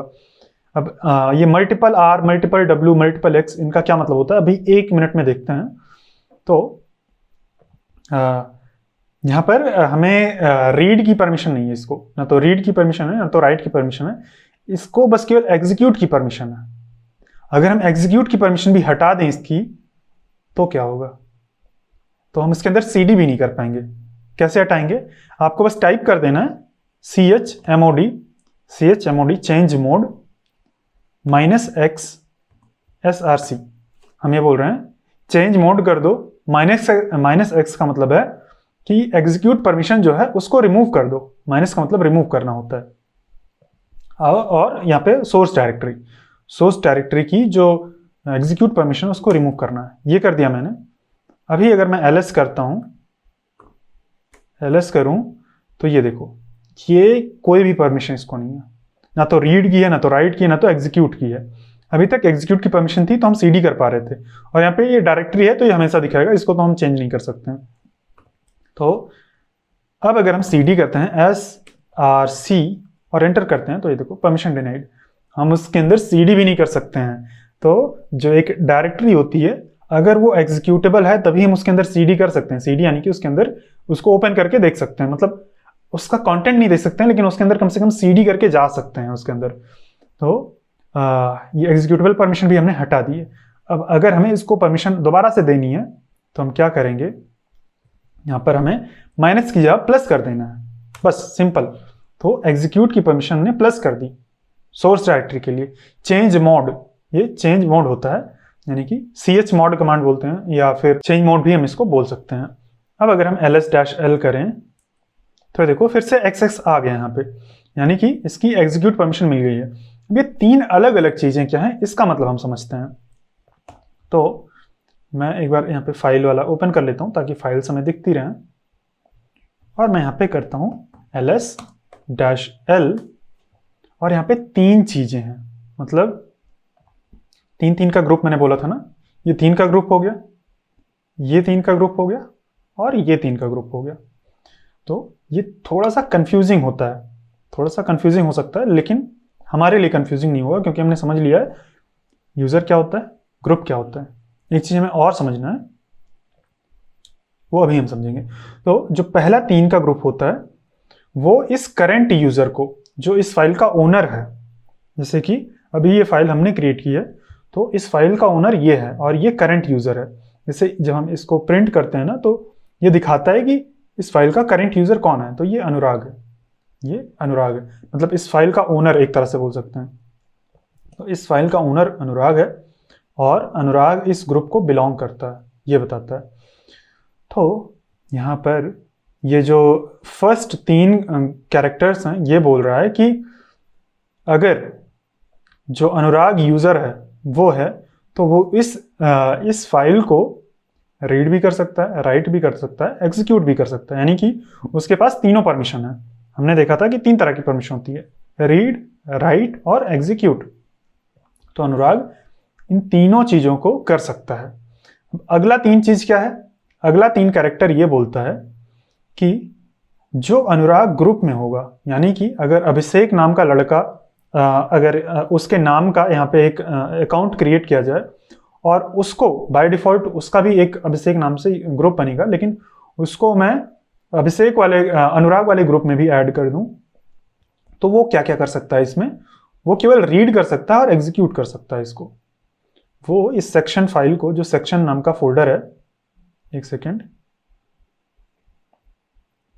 यहाँ पर जो सेक्शन 3 आपको, मैं इसको बंद ही कर देता हूँ। यहाँ पर ये जो सेक्शन 3 नाम का फोल्डर है, इसको जो कोई दूसरा यूजर होगा जो कि अनुराग नहीं होगा लेकिन अनुराग ग्रुप में होगा, हमने ये देखा है ग्रुप, जैसे कि व्हाट्सएप ग्रुप होता है, एक तो एडमिन होता है जिसने वो क्रिएट किया है, लेकिन कोई और भी उस ग्रुप में आ सकता है। तो ये एक ग्रुप है, हालांकि भले ही हमें यूजर जैसा लग रहा है लेकिन ये ग्रुप है और इसमें कोई भी यूजर हो सकता है। तो जो भी यूजर इस ग्रुप में होगा उसको रीड की परमिशन है और एग्जीक्यूट की परमिशन है, राइट की परमिशन नहीं है। यहाँ पे राइट की जगह पे डैश है, तो डैश जहां पे हो इसका मतलब वो परमिशन नहीं है। ऐसे ही और फिर हमने ये समझ लिया कि ये उस ओनर को रिप्रेजेंट कर रहा है जिसने उस फाइल को क्रिएट किया है, यानी कि जो करंट यूजर है, और ये रिप्रेजेंट करता है उस ग्रुप को, इस वाले ग्रुप को, कि इस ग्रुप की क्या परमिशन है, इस ग्रुप के अंदर अगर कोई होगा तो वो क्या कर सकता है। तो ये दो चीजें हो गई, ये यूजर हो गया, ये ग्रुप हो गया, ये इतना ग्रुप हो गया। अब बाकी जो बचा ये क्या है, तो ये है कि कोई ऐसा यूजर जो कि ना तो अनुराग है और ना तो अनुराग नाम के ग्रुप में है, यानी कि अदर्स, कोई जैसे अभिषेक है उसको हमने ऑनबोर्ड किया, उसको हमने अनुराग ग्रुप में भी नहीं ऐड किया, तो वो क्या कर सकता है, तो वो भी रीड और एग्जीक्यूट कर सकता है, रीड और एग्जीक्यूट कर सकता है। तो इसका मतलब ये होता है, ये अदर्स को रिप्रेजेंट करता है, ये ग्रुप को रिप्रेजेंट करता है, ये तीन चीज, और ये यूजर को रिप्रेजेंट करता है, यानी कि ओनर को, करंट यूजर को। अब हमने जैसे कि किया, हमने अगर chmod ये कमांड यूज की और हमने x प्लस कर दिया, अगर हमने x माइनस कर दिया, तो ये तीनों का चेंज होता है। अगर हम इस कमांड को रन करेंगे तो इन तीनों की एग्जीक्यूट परमिशन खत्म हो जाएगी।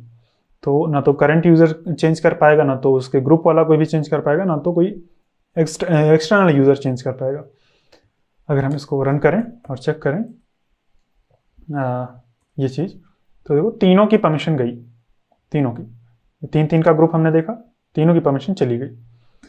अब अगर हमें मान लो सबको परमिशन देना है तो हम ऐसे ही दे सकते हैं, सबको परमिशन आ जाएगी, तीनों ग्रुप्स को परमिशन मिल जाएगी। एक मिनट, हमें प्लस करना था, वहां पे हमने माइनस ही करके एग्जीक्यूट कर दिया है। अभी ये सबको, तीनों ग्रुप्स को एग्जीक्यूट की परमिशन आ गई है। अगर हमें तीनों ग्रुप्स को राइट की परमिशन देनी है तो कैसे देंगे, तो यहाँ पे जो x है, x का मतलब एग्जीक्यूट, w का मतलब राइट, तो हम w कर देंगे, तो ये राइट की परमिशन आ गई है। अभी अगर हम देखें तो राइट परमिशन केवल ओनर को मिली है, जबकि हमने जब x किया था, x करके एग्जीक्यूट किया था, तो एग्जीक्यूट की परमिशन तो सबको मिल गई थी। तो ये जो chmod कमांड है, ये बाय डिफॉल्ट अगर हम ऐसे करते हैं तो केवल और केवल ओनर को ही राइट परमिशन देती है। अगर हमें यहाँ पर ग्रुप को देना है या अदर्स को देना है तो हमें कुछ और एक्स्ट्रा चीज लिखनी पड़ेगी, क्योंकि राइट परमिशन थोड़ा सेंसिटिव होती है। तो ये नहीं चाहता है कि chmod कमांड की गलती से सबको राइट परमिशन मिल जाए। तो इसको राइट परमिशन मिल गई है, लेकिन हम इस फोल्डर को तब तक नहीं ओपन कर पाएंगे, इसको हम तब तक ओपन नहीं कर पाएंगे, इसका कंटेंट नहीं देख पाएंगे। अभी हम cd-src कर सकते हैं, cd-src कर सकते हैं, लेकिन हम यहाँ पे ls नहीं कर सकते क्योंकि रीड परमिशन अभी भी नहीं है, हमने केवल राइट परमिशन दी है। अब राइट परमिशन दी है यानी कि हम इसके अंदर कोई फाइल क्रिएट कर सकते हैं। अगर यहाँ पे टच करें, टच क्या न्यू .js एक फाइल क्रिएट कर देते हैं, तो इसके अंदर फाइल क्रिएट हो गई, लेकिन हम ls करके हम रीड नहीं कर सकते क्योंकि रीड परमिशन अभी भी नहीं है। तो अब हम क्या करेंगे, हम इसको रीड परमिशन भी देंगे। अगर हम यहाँ पे पहले ls कर देते हैं, अरे हमें बैक जाना है, cd ... lsl करना है। तो अभी हमने केवल ओनर को राइट परमिशन दी है और कोई भी राइट परमिशन अभी किसी के पास भी नहीं है, और किसी को कैसे देंगे वो हम अभी थोड़ी देर में देखते हैं। अब हम क्या करेंगे, हम chmod कमांड यूज करेंगे और प्लस लिखेंगे रीड प्लस r और src, ये करके अगर हम एंटर करते हैं तो अब रीड परमिशन भी मिल चुकी है। अगर हम lsl करें तो देखो इसको रीड परमिशन मिल गई है, इसको रीड परमिशन मिल गई है, और इसको भी, मतलब रीड 3 बार आ गया है। तो रीड और एग्जीक्यूट परमिशन सबको मिल जाती है, लेकिन राइट परमिशन केवल ओनर को मिलती है, जो हम ये वाली कमांड रन करते हैं तो ये बिहेवियर होता है chmod कमांड का, रीड और एग्जीक्यूट परमिशन सबको मिल जाएगी जैसे हम ये रन करेंगे। लेकिन राइट परमिशन बाय डिफॉल्ट केवल और केवल ओनर को मिलती है। अगर हमें किसी और को देनी है राइट परमिशन तो हमें कुछ और एक्स्ट्रा चीज लिखनी पड़ेगी। वो क्या लिखना है अभी हम देखते हैं। हमें रीड और राइट परमिशन दोनों मिल गई है, यानी कि अब हम फाइनली अपना ये फोल्डर ओपन कर सकते हैं। सोर्स फोल्डर ओपन तो हो गया है लेकिन इसके अंदर कुछ कंटेंट नहीं दिख रहा है। एक बार हम अपने टर्मिनल से देखते हैं तो शायद अगर हमारे पास रीड परमिशन नहीं थी तो हमने वहाँ पे फाइल जो क्रिएट किया था वो क्रिएट नहीं हुई होगी। अगर हम यहाँ पे cd कर दें src और यहाँ पे ls करते हैं तो ये देखो क्रिएट तो हुई है। देखो ये दोनों फाइल्स क्रिएट हुई हैं और यहाँ पर हमें ये जो फाइल दिख रही है ये app.js, ये इसी के अंदर, इसके अंदर दिख नहीं रही है लेकिन ये है इसके अंदर एक app.js, इसके अंदर भी है। ये तो बाहर वाली फाइल है लेकिन हम देख नहीं पा रहे हैं यहाँ पे ओपन करके, लेकिन टर्मिनल में हमें दिख रही है और हमने new.js क्रिएट किया था ये भी दिख रहा है। तो चलो देखते हैं कि यहाँ पे क्यों नहीं दिखता। हो सकता है कि ये जो हमारा VS कोड है इसको अभी रिकॉग्नाइज ना हुआ हो कि इसको परमिशन मिल गई है। तो हम रिफ्रेश करते हैं एक बार, हम क्या करते हैं एक बार रिलोड करते हैं, या फिर हम ऐसा करते हैं, हम कोड कमांड का यूज करके और app.js जो इसके अंदर है उसको ओपन करते हैं। तो ये देखो अब जाके ओपन हुआ है। कोड कमांड हमने रन किया ना तब जाके ओपन हुआ है। तो ये फाइल क्रिएट हो गई थी new.js क्योंकि राइट परमिशन थी हमारे पास, लेकिन वो दिख नहीं रहा था। तो ये देखो ये दोनों फाइल्स अब जाके ओपन हुई हैं, ये फोल्डर ओपन हुआ है क्योंकि अब हमें रीड परमिशन मिल गई है। अब हम इसको डिलीट भी कर सकते हैं, हम यहाँ से भी डिलीट कर सकते हैं और हम यहाँ से भी, कहाँ गया, हम इसको सीधा रिवील इन फाइल एक्सप्लोरर करते हैं, रिवील इन फाइल एक्सप्लोरर, और हम यहाँ से अब डिलीट कर देंगे पूरा का पूरा फोल्डर। देखो डिलीट हो गया, यहाँ से गायब हो गया। तो जब तक हमारे पास राइट परमिशन नहीं थी हम डिलीट नहीं कर सकते थे। अगर राइट परमिशन होती तो हम केवल रीड कर सकते थे, डिलीट नहीं कर सकते थे। डिलीट करने के लिए हमें राइट परमिशन भी होनी चाहिए। तो अभी मैं एक और फाइल बनाता हूँ। चलो हमारे पास एक और फाइल है ऑलरेडी app.js। इसको हम देखते हैं कि ls-l और टोटल, ये अभी हम सोर्स फोल्डर के अंदर यहाँ पे हैं और ये टोटल 0 दिखा रहा है और सोर्स फोल्डर तो अब एग्जिस्ट भी नहीं करता है। अभी हम cd ... करके बाहर आ जाते हैं और फिर से हम ls-l वाली कमांड रन करते हैं। तो यहाँ पर हमें ये जो app.js फाइल है इसकी हमें जो करंट यूज़र है रीड एक्सेस है, राइट एक्सेस है, एग्जीक्यूट का एक्सेस नहीं है, एग्जीक्यूट की परमिशन नहीं है इसको। तो फाइल्स जो बाय डिफ़ॉल्ट होती हैं, अगर कोई भी फाइल आप क्रिएट करेंगे उनको राइट एक्सेस नहीं होगा। मैं 2-3 फाइल क्रिएट कर लेता हूँ,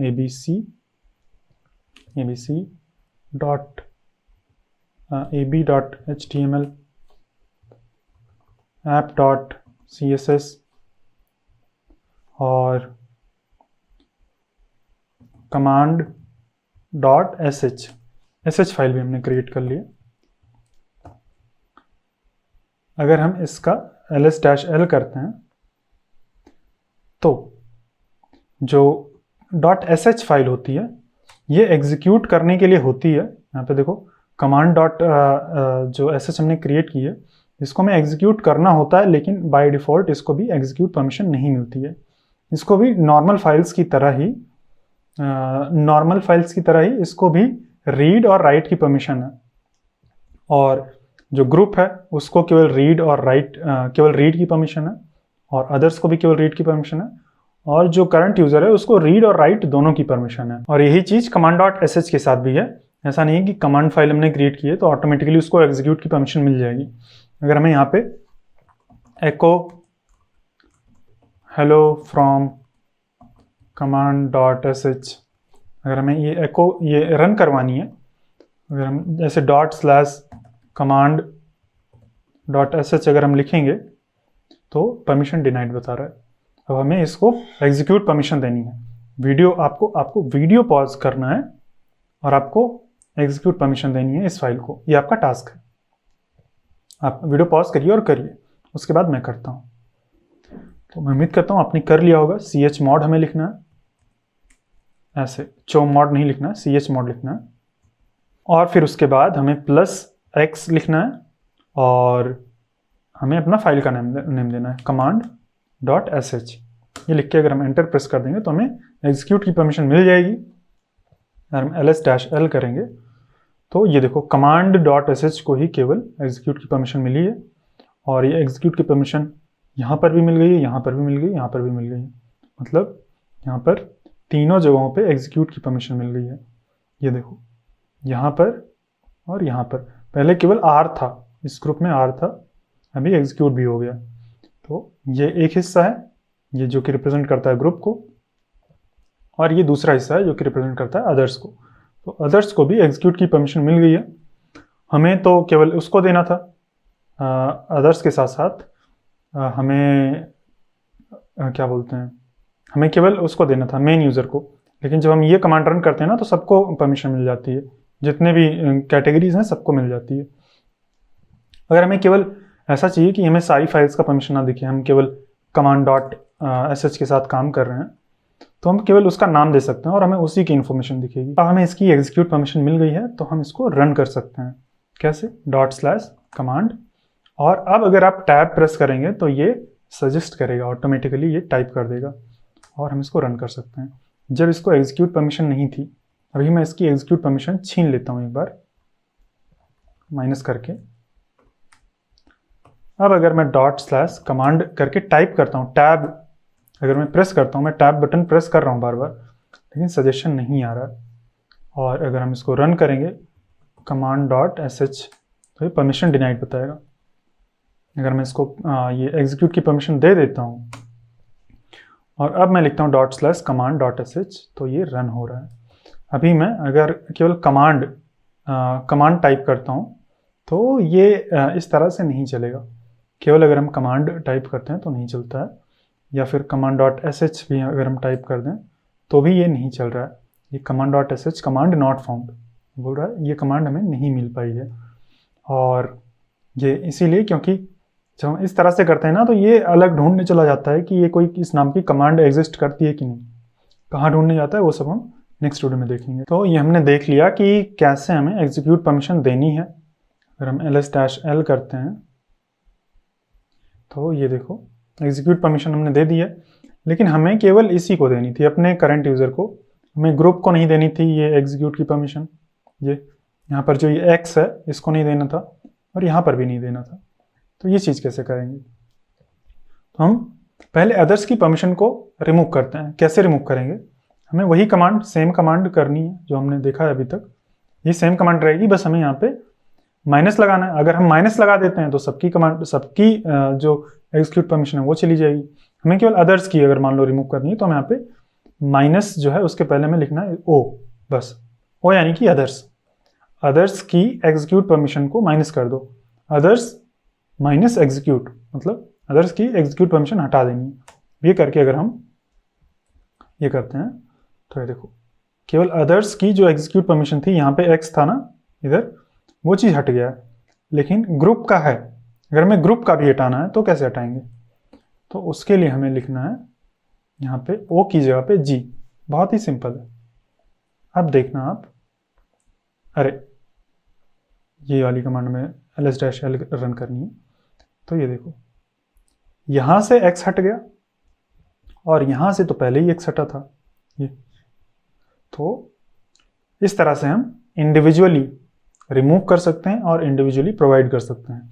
अगर हमें यूज़र का भी रिमूव करना है, जो ओनर है उसको रिमूव करने के लिए अगर हम ऐसा कर देंगे तो सबका रिमूव हो ही जाता है, ऐसे में तो रिमूव हो ही जाएगा। लेकिन हमें अब केवल मान लो किसी को एग्जीक्यूट परमिशन नहीं है, अभी यहाँ पे कहीं भी x आपको नहीं दिख रहा है। ये वाला x का स्लॉट खाली है, ये वाला x का स्लॉट है वो भी खाली है, ये वाला स्लॉट भी खाली है।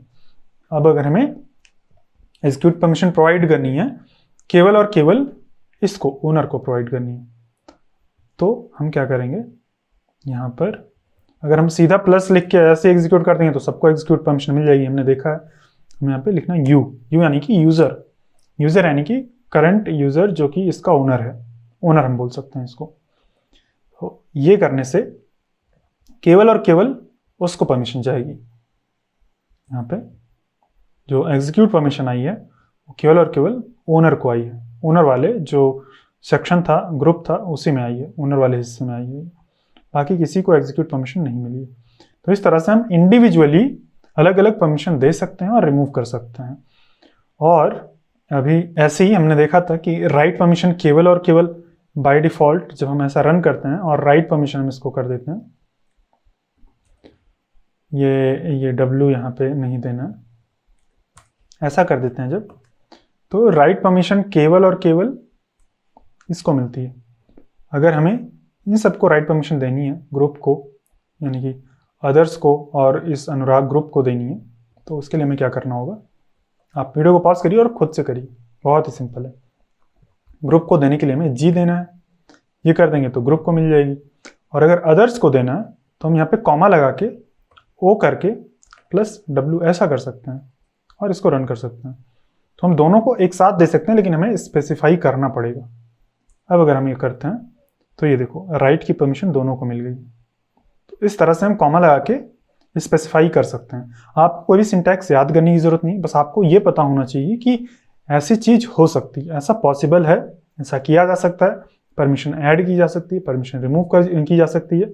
और कई बार जब आप काम करेंगे तो बोलेगा परमिशन नहीं है, तो इसका मतलब यही है कि हमें रीड की परमिशन नहीं है, राइट की परमिशन नहीं है, या कोई भी परमिशन नहीं है जिसके कारण ये हमें प्रोहिबिट कर रहा है, रोक रहा है। तो कुछ इस तरह से ये काम करता है। अभी हम क्या करते हैं, एक फाइल की सारी परमिशन को स्ट्रिप डाउन करते हैं। स्ट्रिप डाउन यानी कि रिमूव कर देते हैं। तो यही जो कमांड फाइल है, इसी की हम रीड परमिशन, हम बाय डिफॉल्ट हम ऐसा करते हैं -W,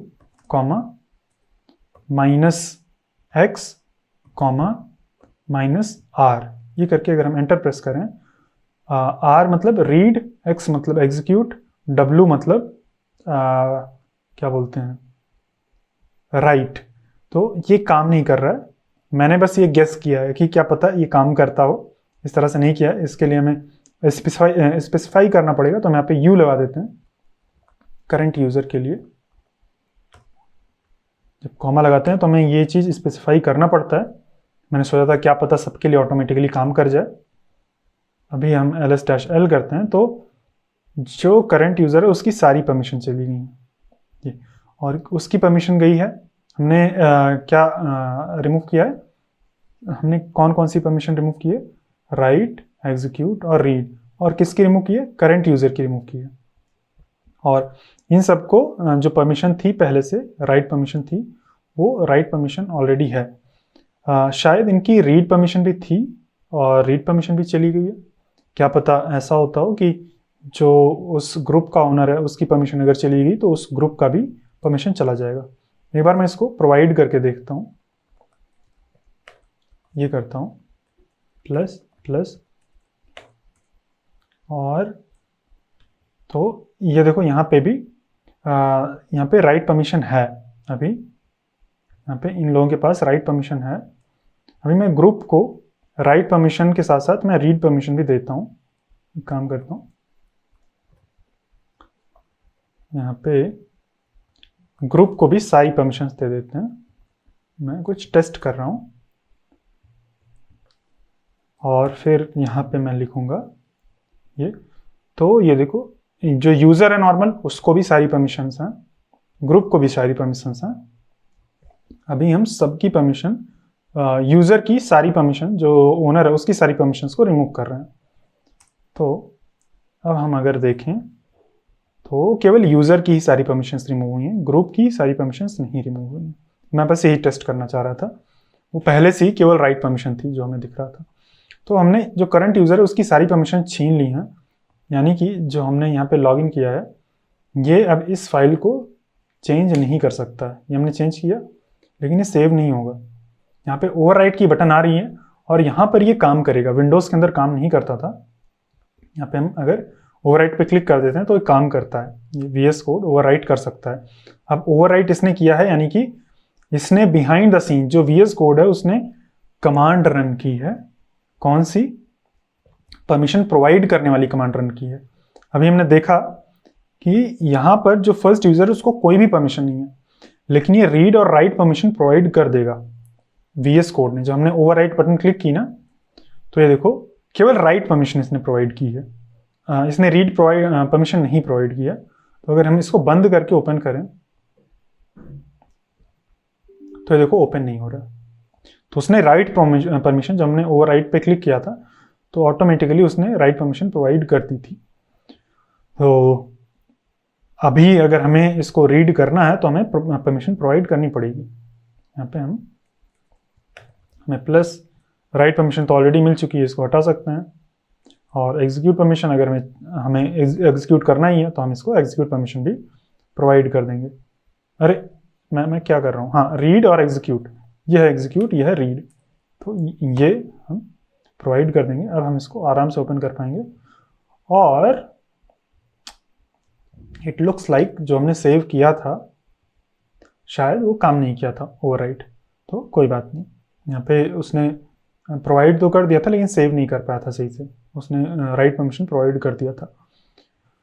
तो अभी हम इसमें कुछ भी कर सकते हैं, रीड राइट एग्जीक्यूट ls-l अगर हम करते हैं तो जो करंट यूज़र है उसको भी पूरी परमिशन है, इसका जो ग्रुप है उसको भी पूरी परमिशन है, लेकिन जो अदर्स हैं उनको केवल राइट की परमिशन है, रीड की परमिशन नहीं है, एग्जीक्यूट की परमिशन नहीं है। तो इस तरह से कोई भी कॉम्बिनेशन हम क्रिएट कर सकते हैं, और कोई भी कॉम्बिनेशन हम क्रिएट कर सकते हैं। और क्या, और भूल गया हूँ, और मतलब अपने हिसाब से काम करवा सकते हैं। तो यही है परमिशंस। तो क्या बस इतना ही परमिशंस में? अभी इतना नहीं है, थोड़ा और है। थोड़ा और क्या है, हमें एक नंबरिंग सिस्टम समझना होगा। कैसे समझाऊं मैं, एक text.txt में क्रिएट कर लेता हूँ।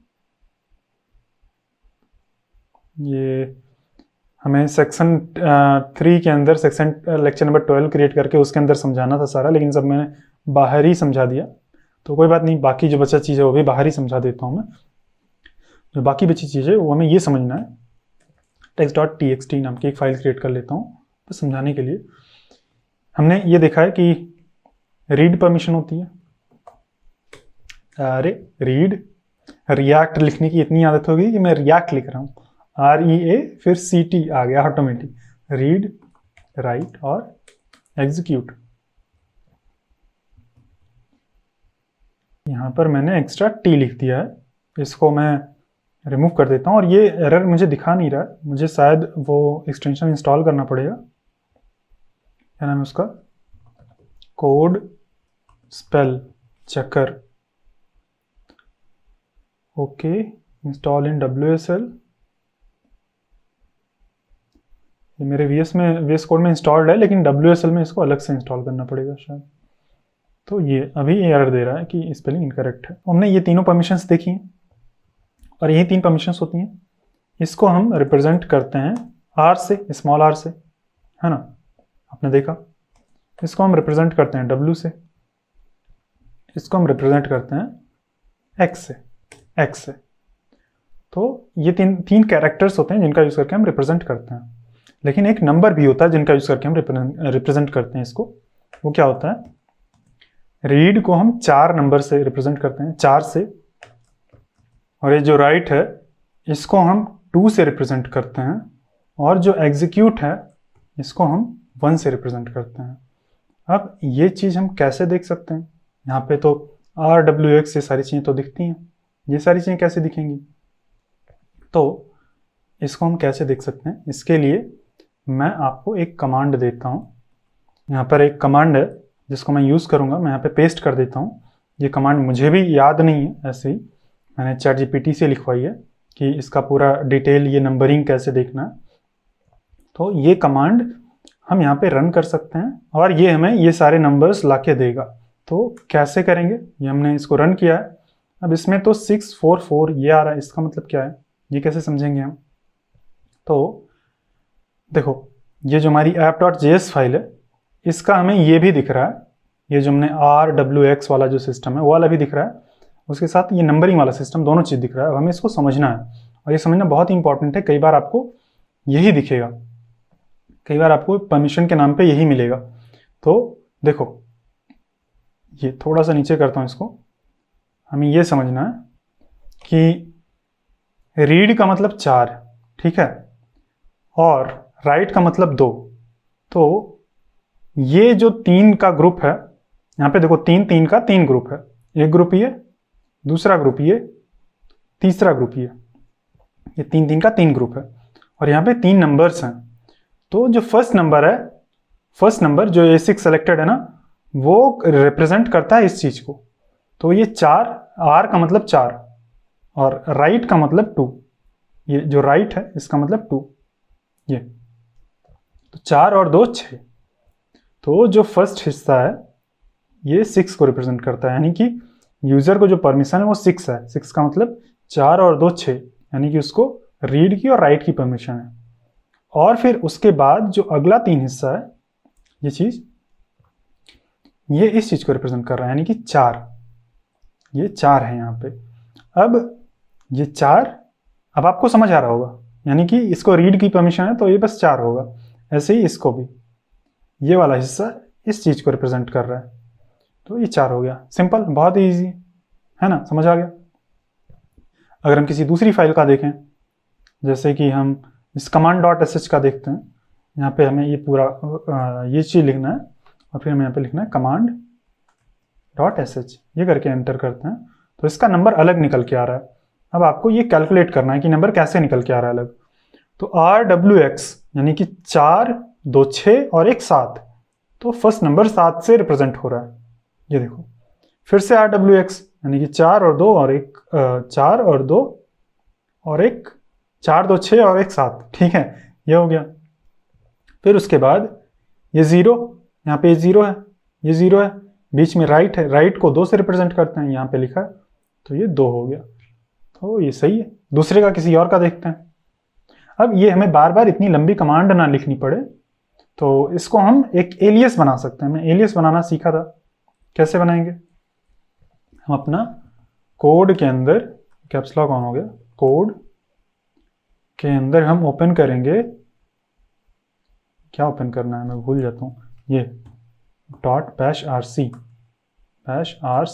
ये फाइल ओपन करनी है। यहाँ पे ओपन होगी हमारी फाइल और यहाँ पर सबसे नीचे हम लिखेंगे एलियस इक्वल टू, मतलब इक्वल टू यहाँ नहीं लिखना है, प्रिंट स्टैट, यानी कि स्टैटिस्टिक्स प्रिंट करो, इक्वल टू यहाँ पे हम लगा देंगे ये चीज, और यहाँ पे हम सिंगल कोट यूज कर लेते हैं। ये अब हम जब p स्टैट लिखेंगे तो ये पूरा हो जाएगा, ये पूरा चीज रन हो जाएगा, और फिर उसके बाद हम अपना फाइल नेम दे देंगे। यहाँ पे बाद में फाइल नेम देना है। तो अगर हम p स्टैट करें, हमने एलियस बनाया, अभी ये तुरंत नहीं काम करेगा। अगर मैं p स्टैट ये करता हूँ और command.sh अगर मैं लिखूं और टैब दबाऊं, तो ये काम नहीं करेगा। p stat command not found. इसको काम करने के लिए मैं सोर्स करना होगा या तो नया टर्मिनल ओपन करना होगा। तो मैं सोर्स कर लेता हूँ एक बार, यहाँ पे मैं कोड बता के सोर्स कर लेता हूँ, SOURCE। सोर्स करने पे ये फाइल रन हो जाती है और जो भी हमने एलियस ऐड किया है, एलियस वेरिएबल, वो भी हमारे मेमोरी के अंदर आ जाते हैं। अभी अगर हम ये करें तो ये देखो, इतनी छोटी सी कमांड में हमारा पूरा स्टैटिस्टिक्स मिल रहा है। हमने command.sh का देख लिया, हमने app.js का देख लिया। अब text.txt का देखते हैं, इसके अंदर हमने ये सारी चीजें लिखी हैं। तो p stat text, अब देखो यहाँ पे text.txt लिख के अगर मैं यहाँ पे एंटर करता हूँ, उसका 644 आ रहा है। 44 यानी कि इसको रीड है, इसको रीड है, अदर्स को रिप्रेजेंट कर रहा है, ये ग्रुप को रिप्रेजेंट कर रहा है, बीच वाला 4 जो सबसे आगे 6 है वो रिप्रेजेंट कर रहा है करंट यूजर को। तो ये 6 is 4 हो गया। सिंपल, बहुत ही ईजी है, क्योंकि 4 और 2 6, रीड राइट दोनों को ऐड करके 6 हो गया। और किसी फाइल का देखते हैं, सेक्शन का देखते हैं, सेक्शन 3, ये देखो, इसको 755 है। तो यहाँ पे 4, रीड 4 हो गया, मैं 5, ये पीछे से मैं कैलकुलेट कर रहा हूँ, ये अदर्स 5, अदर्स जो है, ये 5 जो है अदर्स को रिप्रेजेंट कर रहा है, और यहाँ पर ये चीज 5 को रिप्रेजेंट कर रहा है। तो 4 और 1 5, यहाँ पर भी 4, ये 4 और ये 5 हो गया। और ये 7, क्योंकि यहाँ पे 4 और एक 5 और बीच में 2, 5 तो 7 हो गया। तो इस तरह से नंबर्स का यूज करके हम समझ सकते हैं कि क्या क्या परमिशंस हैं। कई बार आपको नंबर्स दिखेंगे कि इसकी परमिशन ये है, उसकी परमिशन ये है, तो आपको समझना होगा कि ये क्या है, मतलब ये इसका मतलब क्या होता है। और केवल हम समझ नहीं सकते हैं, हम उसका परमिशन भी चेंज कर सकते हैं। जैसे हमने अभी तक देखा chmod, और फिर हमें चेंज करना होता है तो +x, एक एक करके हम चेंज करते हैं, और एक के लिए ही चेंज होगा। मतलब अगर ऐसा करके u कर देंगे तो केवल यूजर के लिए चेंज होगा, अगर g कर देंगे तो ग्रुप के लिए चेंज होगा। g का मतलब ग्लोबल नहीं, ग्रुप होता है। o कर देंगे तो अदर्स के लिए चेंज होगा। हालांकि एग्जीक्यूट की परमिशन हम सबको प्रोवाइड कर सकते हैं, लेकिन राइट की परमिशन हम सबको नहीं प्रोवाइड कर सकते हैं। और यहाँ पे हमें जैसे text.txt को हमें कुछ परमिशन देनी है, ठीक है। तो हम इस तरह से करेंगे तो ये मैं राइट परमिशन हम यूज़र को दे देंगे, करंट यूज़र को। ये हमने देखा था। ये करने से अगर मैं ls-l text.txt करता हूँ तो केवल करंट यूज़र को मिल रही है, बाकी किसी को परमिशन नहीं मिल रही है। अभी हम उस नंबर का यूज़ करके जो हमने अभी सीखा है, हम परमिशन दे सकते हैं। अगर हमें राइट परमिशन देनी है, जैसे कि यहाँ पे रीड राइट जो यूज़र को है वो तो ठीक है, लेकिन हमें सबको रीड राइट परमिशन देनी है। तो रीड और राइट का मतलब होता है 5, 5 नहीं 6 होता है, 4 और 2 6। तो अगर हमें सबको रीड राइट देनी है तो क्या हो जाएगा, 6 6 6, 3 बार 6 हो जाएगा। तो हम ऐसा 6 6 6 कर सकते हैं। और अभी अगर हम p स्टार्ट करें, p स्टार्ट टेक्स्ट, तो आप देखना सबको रीड राइट परमिशन मिल चुकी है। देखो rw rw rw, और यहाँ पे नंबर भी मैच करेगा क्योंकि 4 2 6 4 2 6 4 2 6। तो इस तरह से हम परमिशन भी दे सकते हैं, हम उसका इन्फॉर्मेशन तो देख सकते हैं और परमिशन सेट भी कर सकते हैं chmod का यूज करके, और ये काफ़ी फास्ट होता है। अगर मान लो हमें अदर्स को कोई परमिशन नहीं देनी है, अगर हमें अदर्स को कोई परमिशन नहीं देनी है तो हम यहाँ पे 0 कर देंगे, 0। अभी आप देखना ये अदर्स का पूरा हिस्सा गायब हो गया, एकदम खत्म। अगर हमें अदर्स को मान लो सारी परमिशंस देनी है तो हम इसको 7 कर सकते हैं। इनको कोई परमिशन नहीं देनी तो हम यहाँ पे 0 कर सकते हैं। कोई भी कॉम्बिनेशन बना के कर सकते हैं। देखो अदर्स को ये हो गया, सारी परमिशंस मिल गई, 7 यानी कि 4 2 6 और एक 7, तीनों परमिशन मिल गई। ये हो गया 4, रीड 4 हो गया, ये हो गया 2 राइट और एक 7, 4 2 6 मतलब 7। जो 7 का उससे कोई कनेक्शन नहीं है। ये 7 जो है हाँ ये 7 जो है यही दिखा रहा है, ये नंबर है। यहाँ पे आगे जो 0 है ये 0 0 नहीं दिखा रहा है। हम चाहें तो उस कमांड को चेंज करके 0 0 आगे ऐड कर सकते हैं, लेकिन ये 0 यहाँ पे नहीं दिखा रहा है। अगर हमें चाहिए कि अब बताइए आप ये क्या परमिशन देगा, करंट यूजर को और उसको अदर्स को सारी परमिशन देगा, ग्रुप को कोई परमिशन नहीं देगा। अभी अगर हम ये p स्टार्ट करें तो ये देखो इनको सारी परमिशन, इनको सारी परमिशन, यानी कि 707। तो ऐसे ही बहुत सारे कॉम्बिनेशन बन सकते हैं, परमिटेशन कॉम्बिनेशन आप कितना भी बना सकते हैं, जैसा भी हमें चाहिए वैसा हम प्रोवाइड कर सकते हैं। अभी हम इसको 777 कर देंगे अगर, तो सबको मिल जाएगी सभी परमिशन। ये देखो अगर हम 6 6 कर देते हैं तो सबको रीड परमिशन मिल जाएगी। अगर हम सबको 1 1 1 कर देते हैं तो क्या मिलेगी, सबको एग्जीक्यूट परमिशन मिल जाएगी। 1 1 का मतलब होता है एग्जीक्यूट। अगर 2 2 2 कर देंगे तो आप खुद से करके देखना, ट्राई करना, बहुत ही मस्त चीज़ है ये देखो अब ये कितना ज़्यादा फास्ट है नंबर्स से करना। जब हम वैसा कर रहे थे प्लस माइनस ऐसा कुछ, तो बहुत ही मुश्किल था, मतलब बड़ा था। तो ये फास्ट है काफ़ी। आपको ये नंबर्स दिखेंगे। अब तो क्या ये ख़त्म हो गया परमिशंस वाला चीज़? तो ऐसा नहीं है, थोड़ा और बाकी है। क्या है? इंपॉर्टेंट चीज़ है जो भी बाकी है। यहाँ पे सोर्स कंट्रोल टैब में जाते हैं, यहाँ पे गिट रिपोजिटरी बनाते हैं। तो मैं गिट ऐड करता हूँ, ऐड नहीं गिट इनिट पहले करना पड़ेगा। गिट इनिट कर देता हूँ और डॉट नहीं गिट इनिट। ये देखो कोई वार्निंग दे रहा है, इग्नोर करते हैं। गिट ऐड डॉट ये करके मैं गिट कमिट करता हूँ, परमिशन डिनाइड, ठीक है। कोई text.txt फाइल की हमने सारी परमिशंस जो रिमूव कर दी हैं उसके कारण ये दिक्कत है। तो देखो परमिशन अगर नहीं रहेगी तो गिट भी उसमें ऐड नहीं कर पाएगा। अभी मैं क्या करता हूँ, पी स्टार्ट, ये मैंने सबकी रीड परमिशन हटा दी थी, इसकी रीड परमिशन मैंने हटा दी थी, तो मैं इसको सभी परमिशन दे देता हूँ, या सभी, या 666 कर देते हैं, रीड राइट की परमिशन कर देते हैं, एग्जीक्यूट की इसको ज़रूरत भी नहीं है। ठीक है, अभी अगर हम स्टार्ट देखें तो रीड राइट की परमिशन हो गई। अब गिट ऐड कर देता हूँ, ये ऐड हो गया, सारा स्टेज में आ गया। गिट कमिट कर देता हूँ, commit dash m first commit. Git तो आपको पता ही होगा, सिंपल होता है, पुश तो करना नहीं है, बस कमिट कर दिया। ये कमिट करने से पहले बोल रहा है अपना नेम और ये सेट करो, अपना यूज़र नेम और ईमेल सेट करो। तो ईमेल और यूज़र नेम सेट कर देते हैं। और वो मैं भूल गया, एक बार मैं फिर से वो ले लेता हूँ, ये पूरा गिट कॉन्फ़िग ग्लोबल इस तरह से मैं ले लेता हूँ, ये कॉपी कर लेता हूँ। अरे सेटिंग्स में आ गया,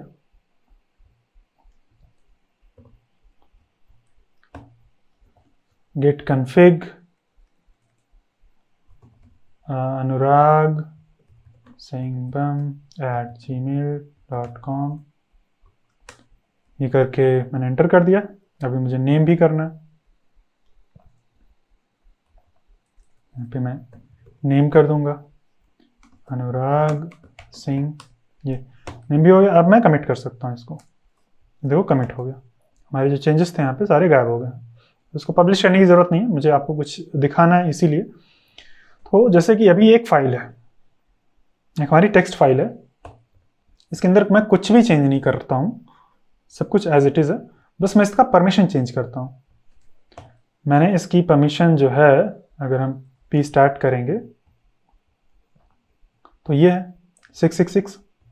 मैं एक काम करता हूँ, chmod कमांड कहाँ गई, ये है 766 कर देता हूँ, जो यूज़र है वो इसको एग्जीक्यूट भी कर पाए, बस ये मैंने चेंज किया है।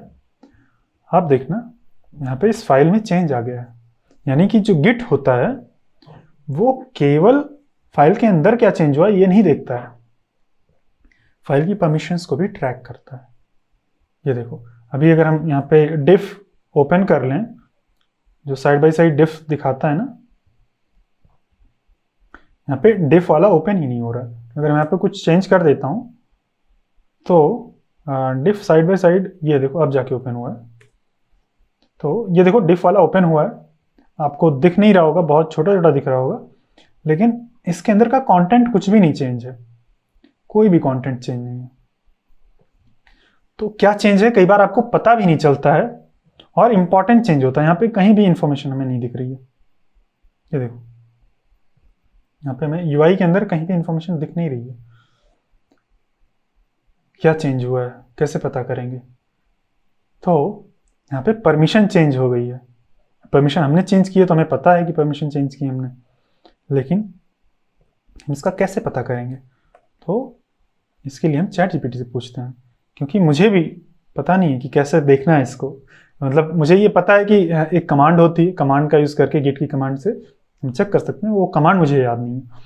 तो मैं क्या करता हूँ, मैं चैट जीपीटी के पास चलता हूँ, मैं यहाँ पे क्रोम ओपन करता हूँ और मैं चैट जीपीटी से कमांड पूछूंगा कि वो कौन सी कमांड है जिससे आप वीडियो को पॉज कर लिए और आप खुद चैट जीपीटी से ऐसा क्वेश्चन पूछिए कि आपको कमांड दे दे जिससे आपको पता चल जाए कि परमिशन में क्या चेंज हुआ है।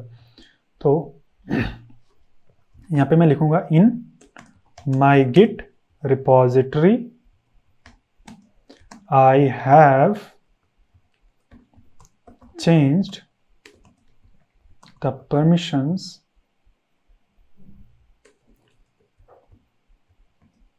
परमिशंस की स्पेलिंग गलत है, इसको मैं फिक्स कर देता हूँ। ऑफ वन फाइल, इसको थोड़ा सा जूम इन कर लेता हूँ, of A file, but I can not see it in the VS Code UI. How can I see it in how can I see the changes in permission using git command and in the VS Code UI। तो मैंने बोला है कि git command का use करके हम changes को कैसे देख सकते हैं, जो भी परमिशन के चेंजेस हैं, और क्या VS कोड के UI के अंदर कैसे देख सकते हैं, जो कि हमें दिख नहीं रहा है। तो पता नहीं VS कोड के UI के अंदर पॉसिबल होगा कि नहीं। तो ये बोल रहा है diff summary, ये कमांड है git diff summary। यहाँ पे हम इस कमांड को रन करते हैं। अब यहाँ पर ये क्या दिख रहा है, ये एकदम से नया कुछ आ गया, एकदम अलग आ गया है। हमने तो 777 दिया था, यहाँ पे 755 हमने 766 दिया था, यहाँ पे 755 आ गया है। ये क्या है? तो जो गिट है वो इतना कॉम्प्लिकेटेड, जैसे हमने देखा हमारे जो लिनक्स के अंदर है बहुत सारे परम्यूटेशंस एंड कॉम्बिनेशंस बन सकते हैं, लेकिन गिट के अंदर ये केवल 4 ही तरह के परमिशंस को स्टोर करता है मेनली। वो क्या होती हैं, मैं यहाँ पे पेस्ट कर देता हूँ। ये 4 तरह की परमिशंस होती हैं। ये गिट की file and directory file permissions तो गिट के अंदर बस ये 4 तरह की परमिशंस होती हैं, और इसी में से आपको ये दोनों नंबर दिख रहा होगा, ये और ये। तो यहाँ पे 4 तरह की परमिशंस क्या होती हैं। एक ये होती है, एक 4000 का जो 4 मतलब 40,000 बोलें या जो भी है, 4 अगर है, अगर कोई भी डायरेक्टरी है तो उसकी परमिशन को इस तरह से दिखाएगा। अगर कोई भी सिंबॉलिक लिंक है तो उसकी परमिशन को इस तरह से दिखाएगा। अगर कोई नॉर्मल फाइल है जिसके पास रीड और राइट परमिशन है तो उसको इस तरह से दिखाएगा। लेकिन अगर कोई ऐसी फाइल है जिसके पास रीड और राइट के साथ साथ एग्जीक्यूट परमिशन है तो उसको इस तरह से दिखाएगा।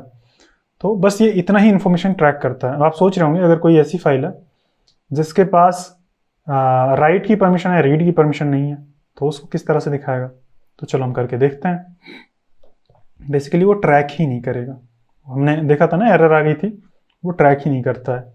जैसे chmod, अगर मैं यहाँ पे इसको मैं रीड की परमिशन अगर हटा दूंगा तो 4 कम हो जाएगा इसमें से, तो ये बचेगा 3। अगर मैं ये कर देता हूँ और मैं फिर से git add करता हूँ, git add, तो ये देखो परमिशन डिनाइड। ये गिट ट्रैक ही नहीं कर पा रहा है। हमने रीड की परमिशन हटाई, ये गिट ट्रैक ही नहीं करेगा। चेंज की तो बात ही छोड़ो, मतलब ये ट्रैक क्या, मतलब वो ऐड ही नहीं कर पाएगा, तो उसको उस इंफॉर्मेशन को स्टोर भी नहीं कर पाएगा। इसको गिट को स्टोर करने के लिए इंफॉर्मेशन उसको रीड परमिशन चाहिए ही। तो बाय डिफॉल्ट वो मान के चलता है कि एक फाइल के पास रीड और राइट परमिशन होगी। चलो मैं इसको रीड परमिशन प्रोवाइड कर देता हूँ, लेकिन राइट नहीं प्रोवाइड करता हूँ, रीड और एग्जीक्यूट प्रोवाइड कर देता हूँ। तो रीड 4 और एग्जीक्यूट 1, तो 5 हो जाएगा दोनों मिला के। ये करके अभी मैं गिट ऐड करता हूँ तो ये ऐड हो गई है। अब राइट परमिशन जो है, जो भी हमने राइट परमिशन नहीं दी है, लेकिन फिर भी ऐड हो गया, क्योंकि इसको स्टोर करने के लिए केवल रीड परमिशन ही काफ़ी है। अब इस केस में हम देखते हैं गिट डिफ का यूज़ करके कि इस केस में क्या आता है। गिट डिफ समरी, तो शायद ऐड करने के बाद नहीं आ रहा है, मैं यहाँ पे ऐसे ही करता हूँ गिट डिफ समरी। तो ये देखो अभी भी इसमें कोई चेंज नहीं है, जबकि इसके पास राइट परमिशन नहीं है। तो ये बस केवल 4 ही चीज़ों को मैनेज करता है, 4 ही परमिशंस रहेंगी। एक नॉन एग्जीक्यूटेबल फाइल का, अगर वो फाइल नॉन एग्जीक्यूटेबल है तो उसको 1066 से 644 ऐसे रिप्रेजेंट करेगा। ये ऐसे ही होगा। अगर वो फाइल एग्जीक्यूटेबल फाइल है तो ऐसे रिप्रेजेंट करेगा। अगर वो फाइल सिंबॉलिक लिंक है तो ऐसे रिप्रेजेंट करेगा। अगर वो चीज़ एक डायरेक्टरी है तो ऐसे रिप्रेजेंट करता है। बस ये 4 ही चीज़ें करता है। ये सारे परम्यूटेशंस और कॉम्बिनेशंस को नहीं स्टोर करता है। जैसे ये 644 अभी भी है, लेकिन अगर मैं इसको राइट परमिशन प्रोवाइड कर देता हूँ, राइट परमिशन प्रोवाइड करके मैं क्या कर देता हूँ, इसको 6 कर देता हूँ। ठीक है, अभी मैं अगर 6 कर दूंगा तो ये जो चेंजेस हैं एकदम से गायब हो जाएंगे, क्योंकि पहले भी 6 था और अभी भी 6 हो जाएगा। और 6 का मतलब होता है कि ये नॉर्मल फाइल है, नॉन एग्जीक्यूटेबल फाइल है। तो ये देखो पहले शायद 766 था, अभी हमने 66 किया है। तो ये गायब नहीं हुआ। गायब क्यों नहीं हुआ? क्योंकि हमने यहाँ पे भी चेंजेस कर रखे हैं। अगर हम गिट समरी देखेंगे तो यहाँ पे डिफ दिखेगा हमें, शायद देखते हैं समरी से दिखाता है कि नहीं। गिट डिफ समरी, तो ये समरी से हमें ये फाइल के चेंजेस नहीं दिखाता है, हमें केवल वही चेंजेस दिखाता है। अगर हम गिट डिफ करेंगे तो हमें वो भी चेंजेस दिखाएगा। ये यहाँ पे जो भी चीज़ें ऐड हुई हैं वो सारी चीज़ें दिखा रहा है। मैं इसको क्विट कर देता हूँ क्यू दबा के। तो इसको हम इस फाइल में नहीं रखते हैं, यहाँ पे नहीं रखते हैं ताकि हमें वो दिखे। देखो वो गायब हो गया क्योंकि हमने उसकी परमिशन जैसी पहली थी वैसी ही कर दी है। तो हम इस चीज़ को कहाँ पे रख देंगे ताकि आपके रेफरेंस के लिए ये रखा रहे। हम एक नई फाइल क्रिएट कर लेते हैं, गिट परमिशंस। तो ये फाइल मैंने क्रिएट कर लिया और इसके अंदर मैं ये पेस्ट कर दूंगा। अब अगर हम गिट डिफ समरी देखेंगे तो यहाँ पर कोई भी डिफ नहीं है।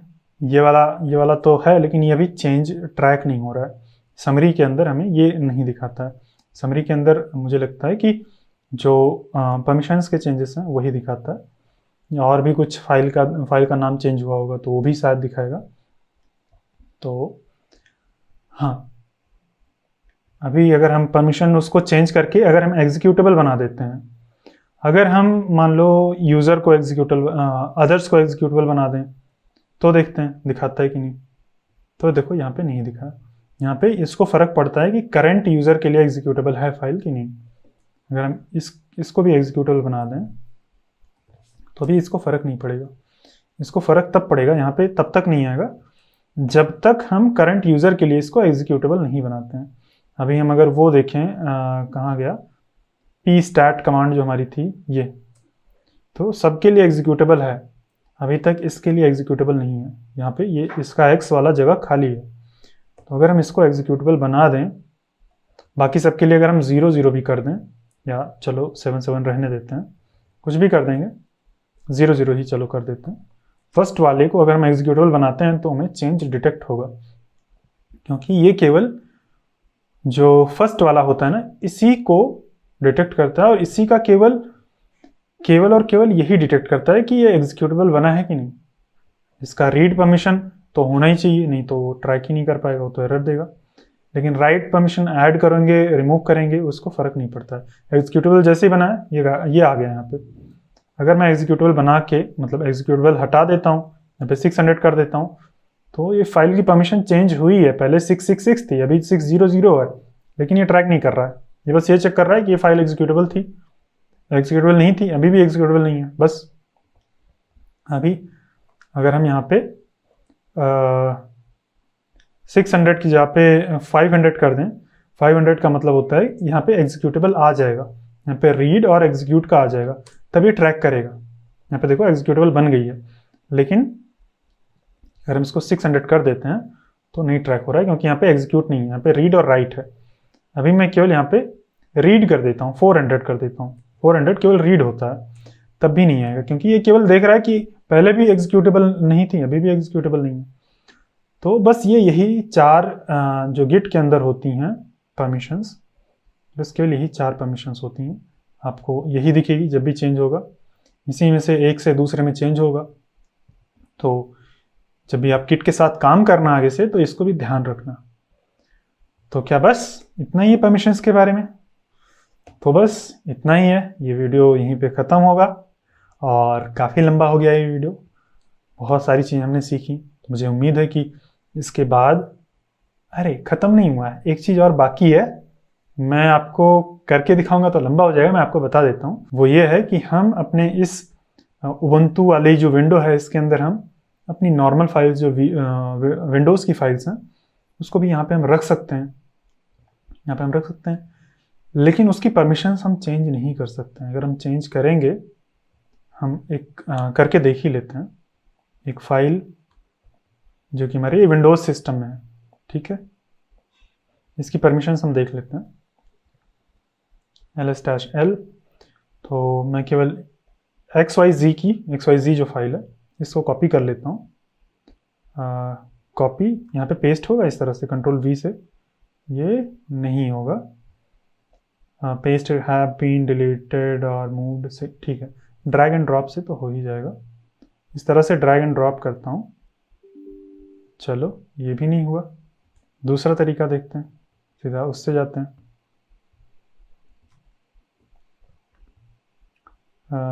रीड और राइट की परमिशन है, इसको मूव हो जानी चाहिए, मतलब ओपन हो जानी चाहिए यहाँ पे। ऑपरेशन नॉट परमिटेड, ठीक है, कोई परमिशन नहीं है इसको। हाँ, लेकिन हम यहाँ टर्मिनल से जा सकते हैं, कोई ड्रैग एंड ड्रॉप नहीं हो रहा है। हम टर्मिनल से एक नया टर्मिनल ओपन कर लेते हैं। यहाँ पे cd/ करेंगे और mnt फोल्डर के अंदर, mnt फोल्डर के अंदर हमारी C ड्राइव है।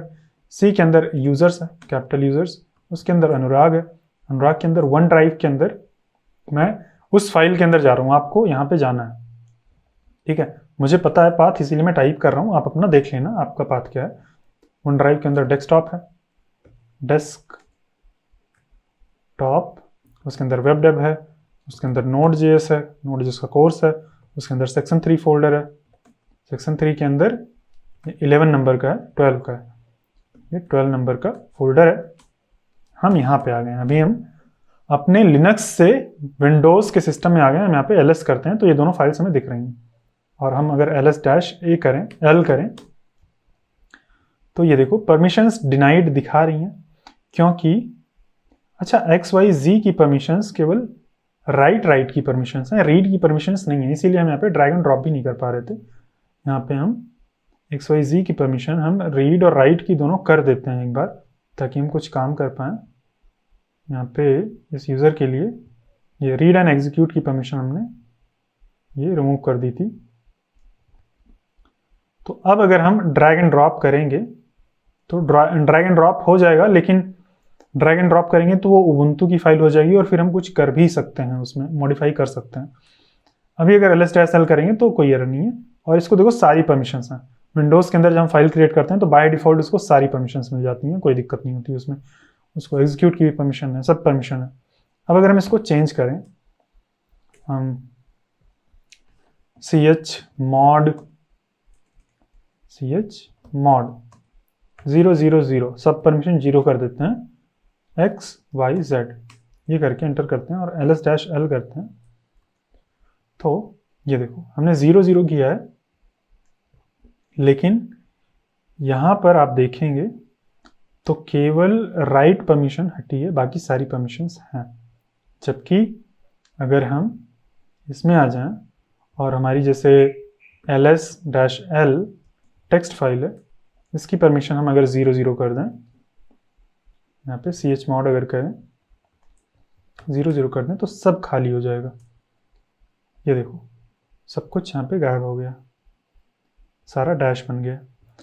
तो विंडोज़ की हम परमिशंस नहीं चेंज कर सकते हैं और हमें करनी भी नहीं चाहिए। हमें अपने लिनक्स एनवायरनमेंट से विंडोज़ की फाइल चेंज नहीं करनी चाहिए, क्योंकि ये जो चेंज हुई दिख भी रही है ये बहुत सही से नहीं चेंज हुई होगी। हालांकि चेंज हो गई होगी, लेकिन कई बार अनप्रिडिक्टेबल होता है। अगर हम यहाँ पर आके देखें, राइट परमिशन हम सक्सेसफुली राइट परमिशन को रिमूव कर पाए हैं, लेकिन हम यहाँ पे आके देखते हैं, ये देखो राइट परमिशन ये रिमूव हो गई है, ठीक है। ये अभी ओवरराइट करने से ये ऑटोमेटिकली फिर से हो जाएगा। ओवरराइट हमने कर दिया, अभी फिर से राइट परमिशन आ जाएगी। अरे फिर से 0 हो गई होगी, एक मिनट, अभी फिर से इसको ओवरराइट करते हैं और यहाँ पर आके चेक करते हैं हम ls- हाँ l, तो फिर से ओवरराइट करने से ऑटोमेटिकली इसकी परमिशंस आ गई हैं।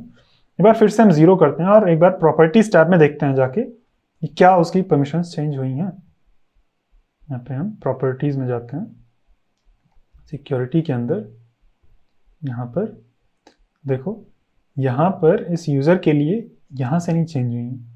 तो यही होता है, मतलब हम अच्छे से जो विंडोज़ का और यूनिक्स का एनवायरनमेंट है वो अच्छे से, इतना अच्छे से वो नहीं है। एक तो उसका परमिशन सिस्टम ही अलग है, अगर सेम होता तो चेंज भी होता सही से, तो ये सही से चेंज नहीं होता है। हो सकता है कि थोड़ी देर बाद VS कोड बंद हो जाए तो फिर से वो काम करने लगे। तो इसीलिए हमें विंडोज़ की जो फाइल्स हैं उनको हमें यूनिक्स के अंदर नहीं चेंज करना चाहिए उनका परमिशन, और यूनिक्स की फाइल को विंडोज़ के अंदर नहीं चेंज करना चाहिए। दोनों का परमिशन सिस्टम अलग है, डिफरेंट है। हमें बस यूनिक्स के अंदर हमें चेंज करना है, यूनिक्स के अंदर ही हमें काम करना है। हमारा सर्वर जब डिप्लॉय करेंगे तो यूनिक्स एनवायरनमेंट के अंदर रहेगा। आपको यही परमिशन समझनी है। और विंडोज़ की परमिशंस को हम कैसे टर्मिनल से चेंज करते हैं वो सब सीखने की बिल्कुल भी ज़रूरत नहीं है। बिल्कुल भी आप उसमें अपना टाइम वेस्ट मत करना। लेकिन आपके अंदर अगर क्यूरियोसिटी है तो आप ChatGPT से पूछ के पावरशेल का यूज़ करके उसको चेंज कर सकते हैं। और बस यहीं पर ये वीडियो ख़त्म होता है। मैं उम्मीद करता हूँ कि आपको जो परमिशंस हैं उनके बारे में बहुत कुछ नया सीखने को मिला होगा। आपको समझ आया होगा कि परमिशंस कैसे काम करती हैं, कैसे चेंज कर सकते हैं, कैसे हम नंबर्स का यूज़ करके परमिशन को चेंज कर सकते हैं, रिमूव कर सकते हैं, ऐड कर सकते हैं। बहुत ही ज़्यादा पावरफुल चीज़ कर सकते हैं। और गिट की भी परमिशंस आपको समझ आई होंगी कि गिट के अंदर परमिशन सिस्टम कैसे काम करता है। और गिट भी परमिशंस को ट्रैक करता है, केवल हमारे कोड को ही नहीं। परमिशंस अगर चेंज होती हैं, हालांकि इसमें 4 ही तरह की मेन परमिशंस होती हैं, एक नॉन एग्जीक्यूटेबल फाइल, एक एग्जीक्यूटेबल फाइल, एक सिंबॉलिक लिंक और एक डायरेक्टरी। तो मैं उम्मीद करता हूँ कि आपको ये बात समझ आई होगी, आपने अच्छे सीखा होगा सब कुछ। आप प्रैक्टिस करना, सीखते रहना। बस 1-2 लेक्चर्स और हैं, उसके बाद हम Node.js स्टार्ट करने वाले हैं। तो मिलते हैं नेक्स्ट वीडियो में। ये वीडियो मेरे कंप्लीट Node.js कोर्स के फ्री प्रीव्यू का हिस्सा है। अगर आप Node.js को कंप्लीटली पूरा एकदम 0 से एडवांस लेवल तक मास्टर करना चाहते हैं तो आप हमारे कंप्लीट Node.js कोर्स में एनरोल कर सकते हैं। उसका लिंक आपको वीडियो के डिस्क्रिप्शन में मिल जाएगा।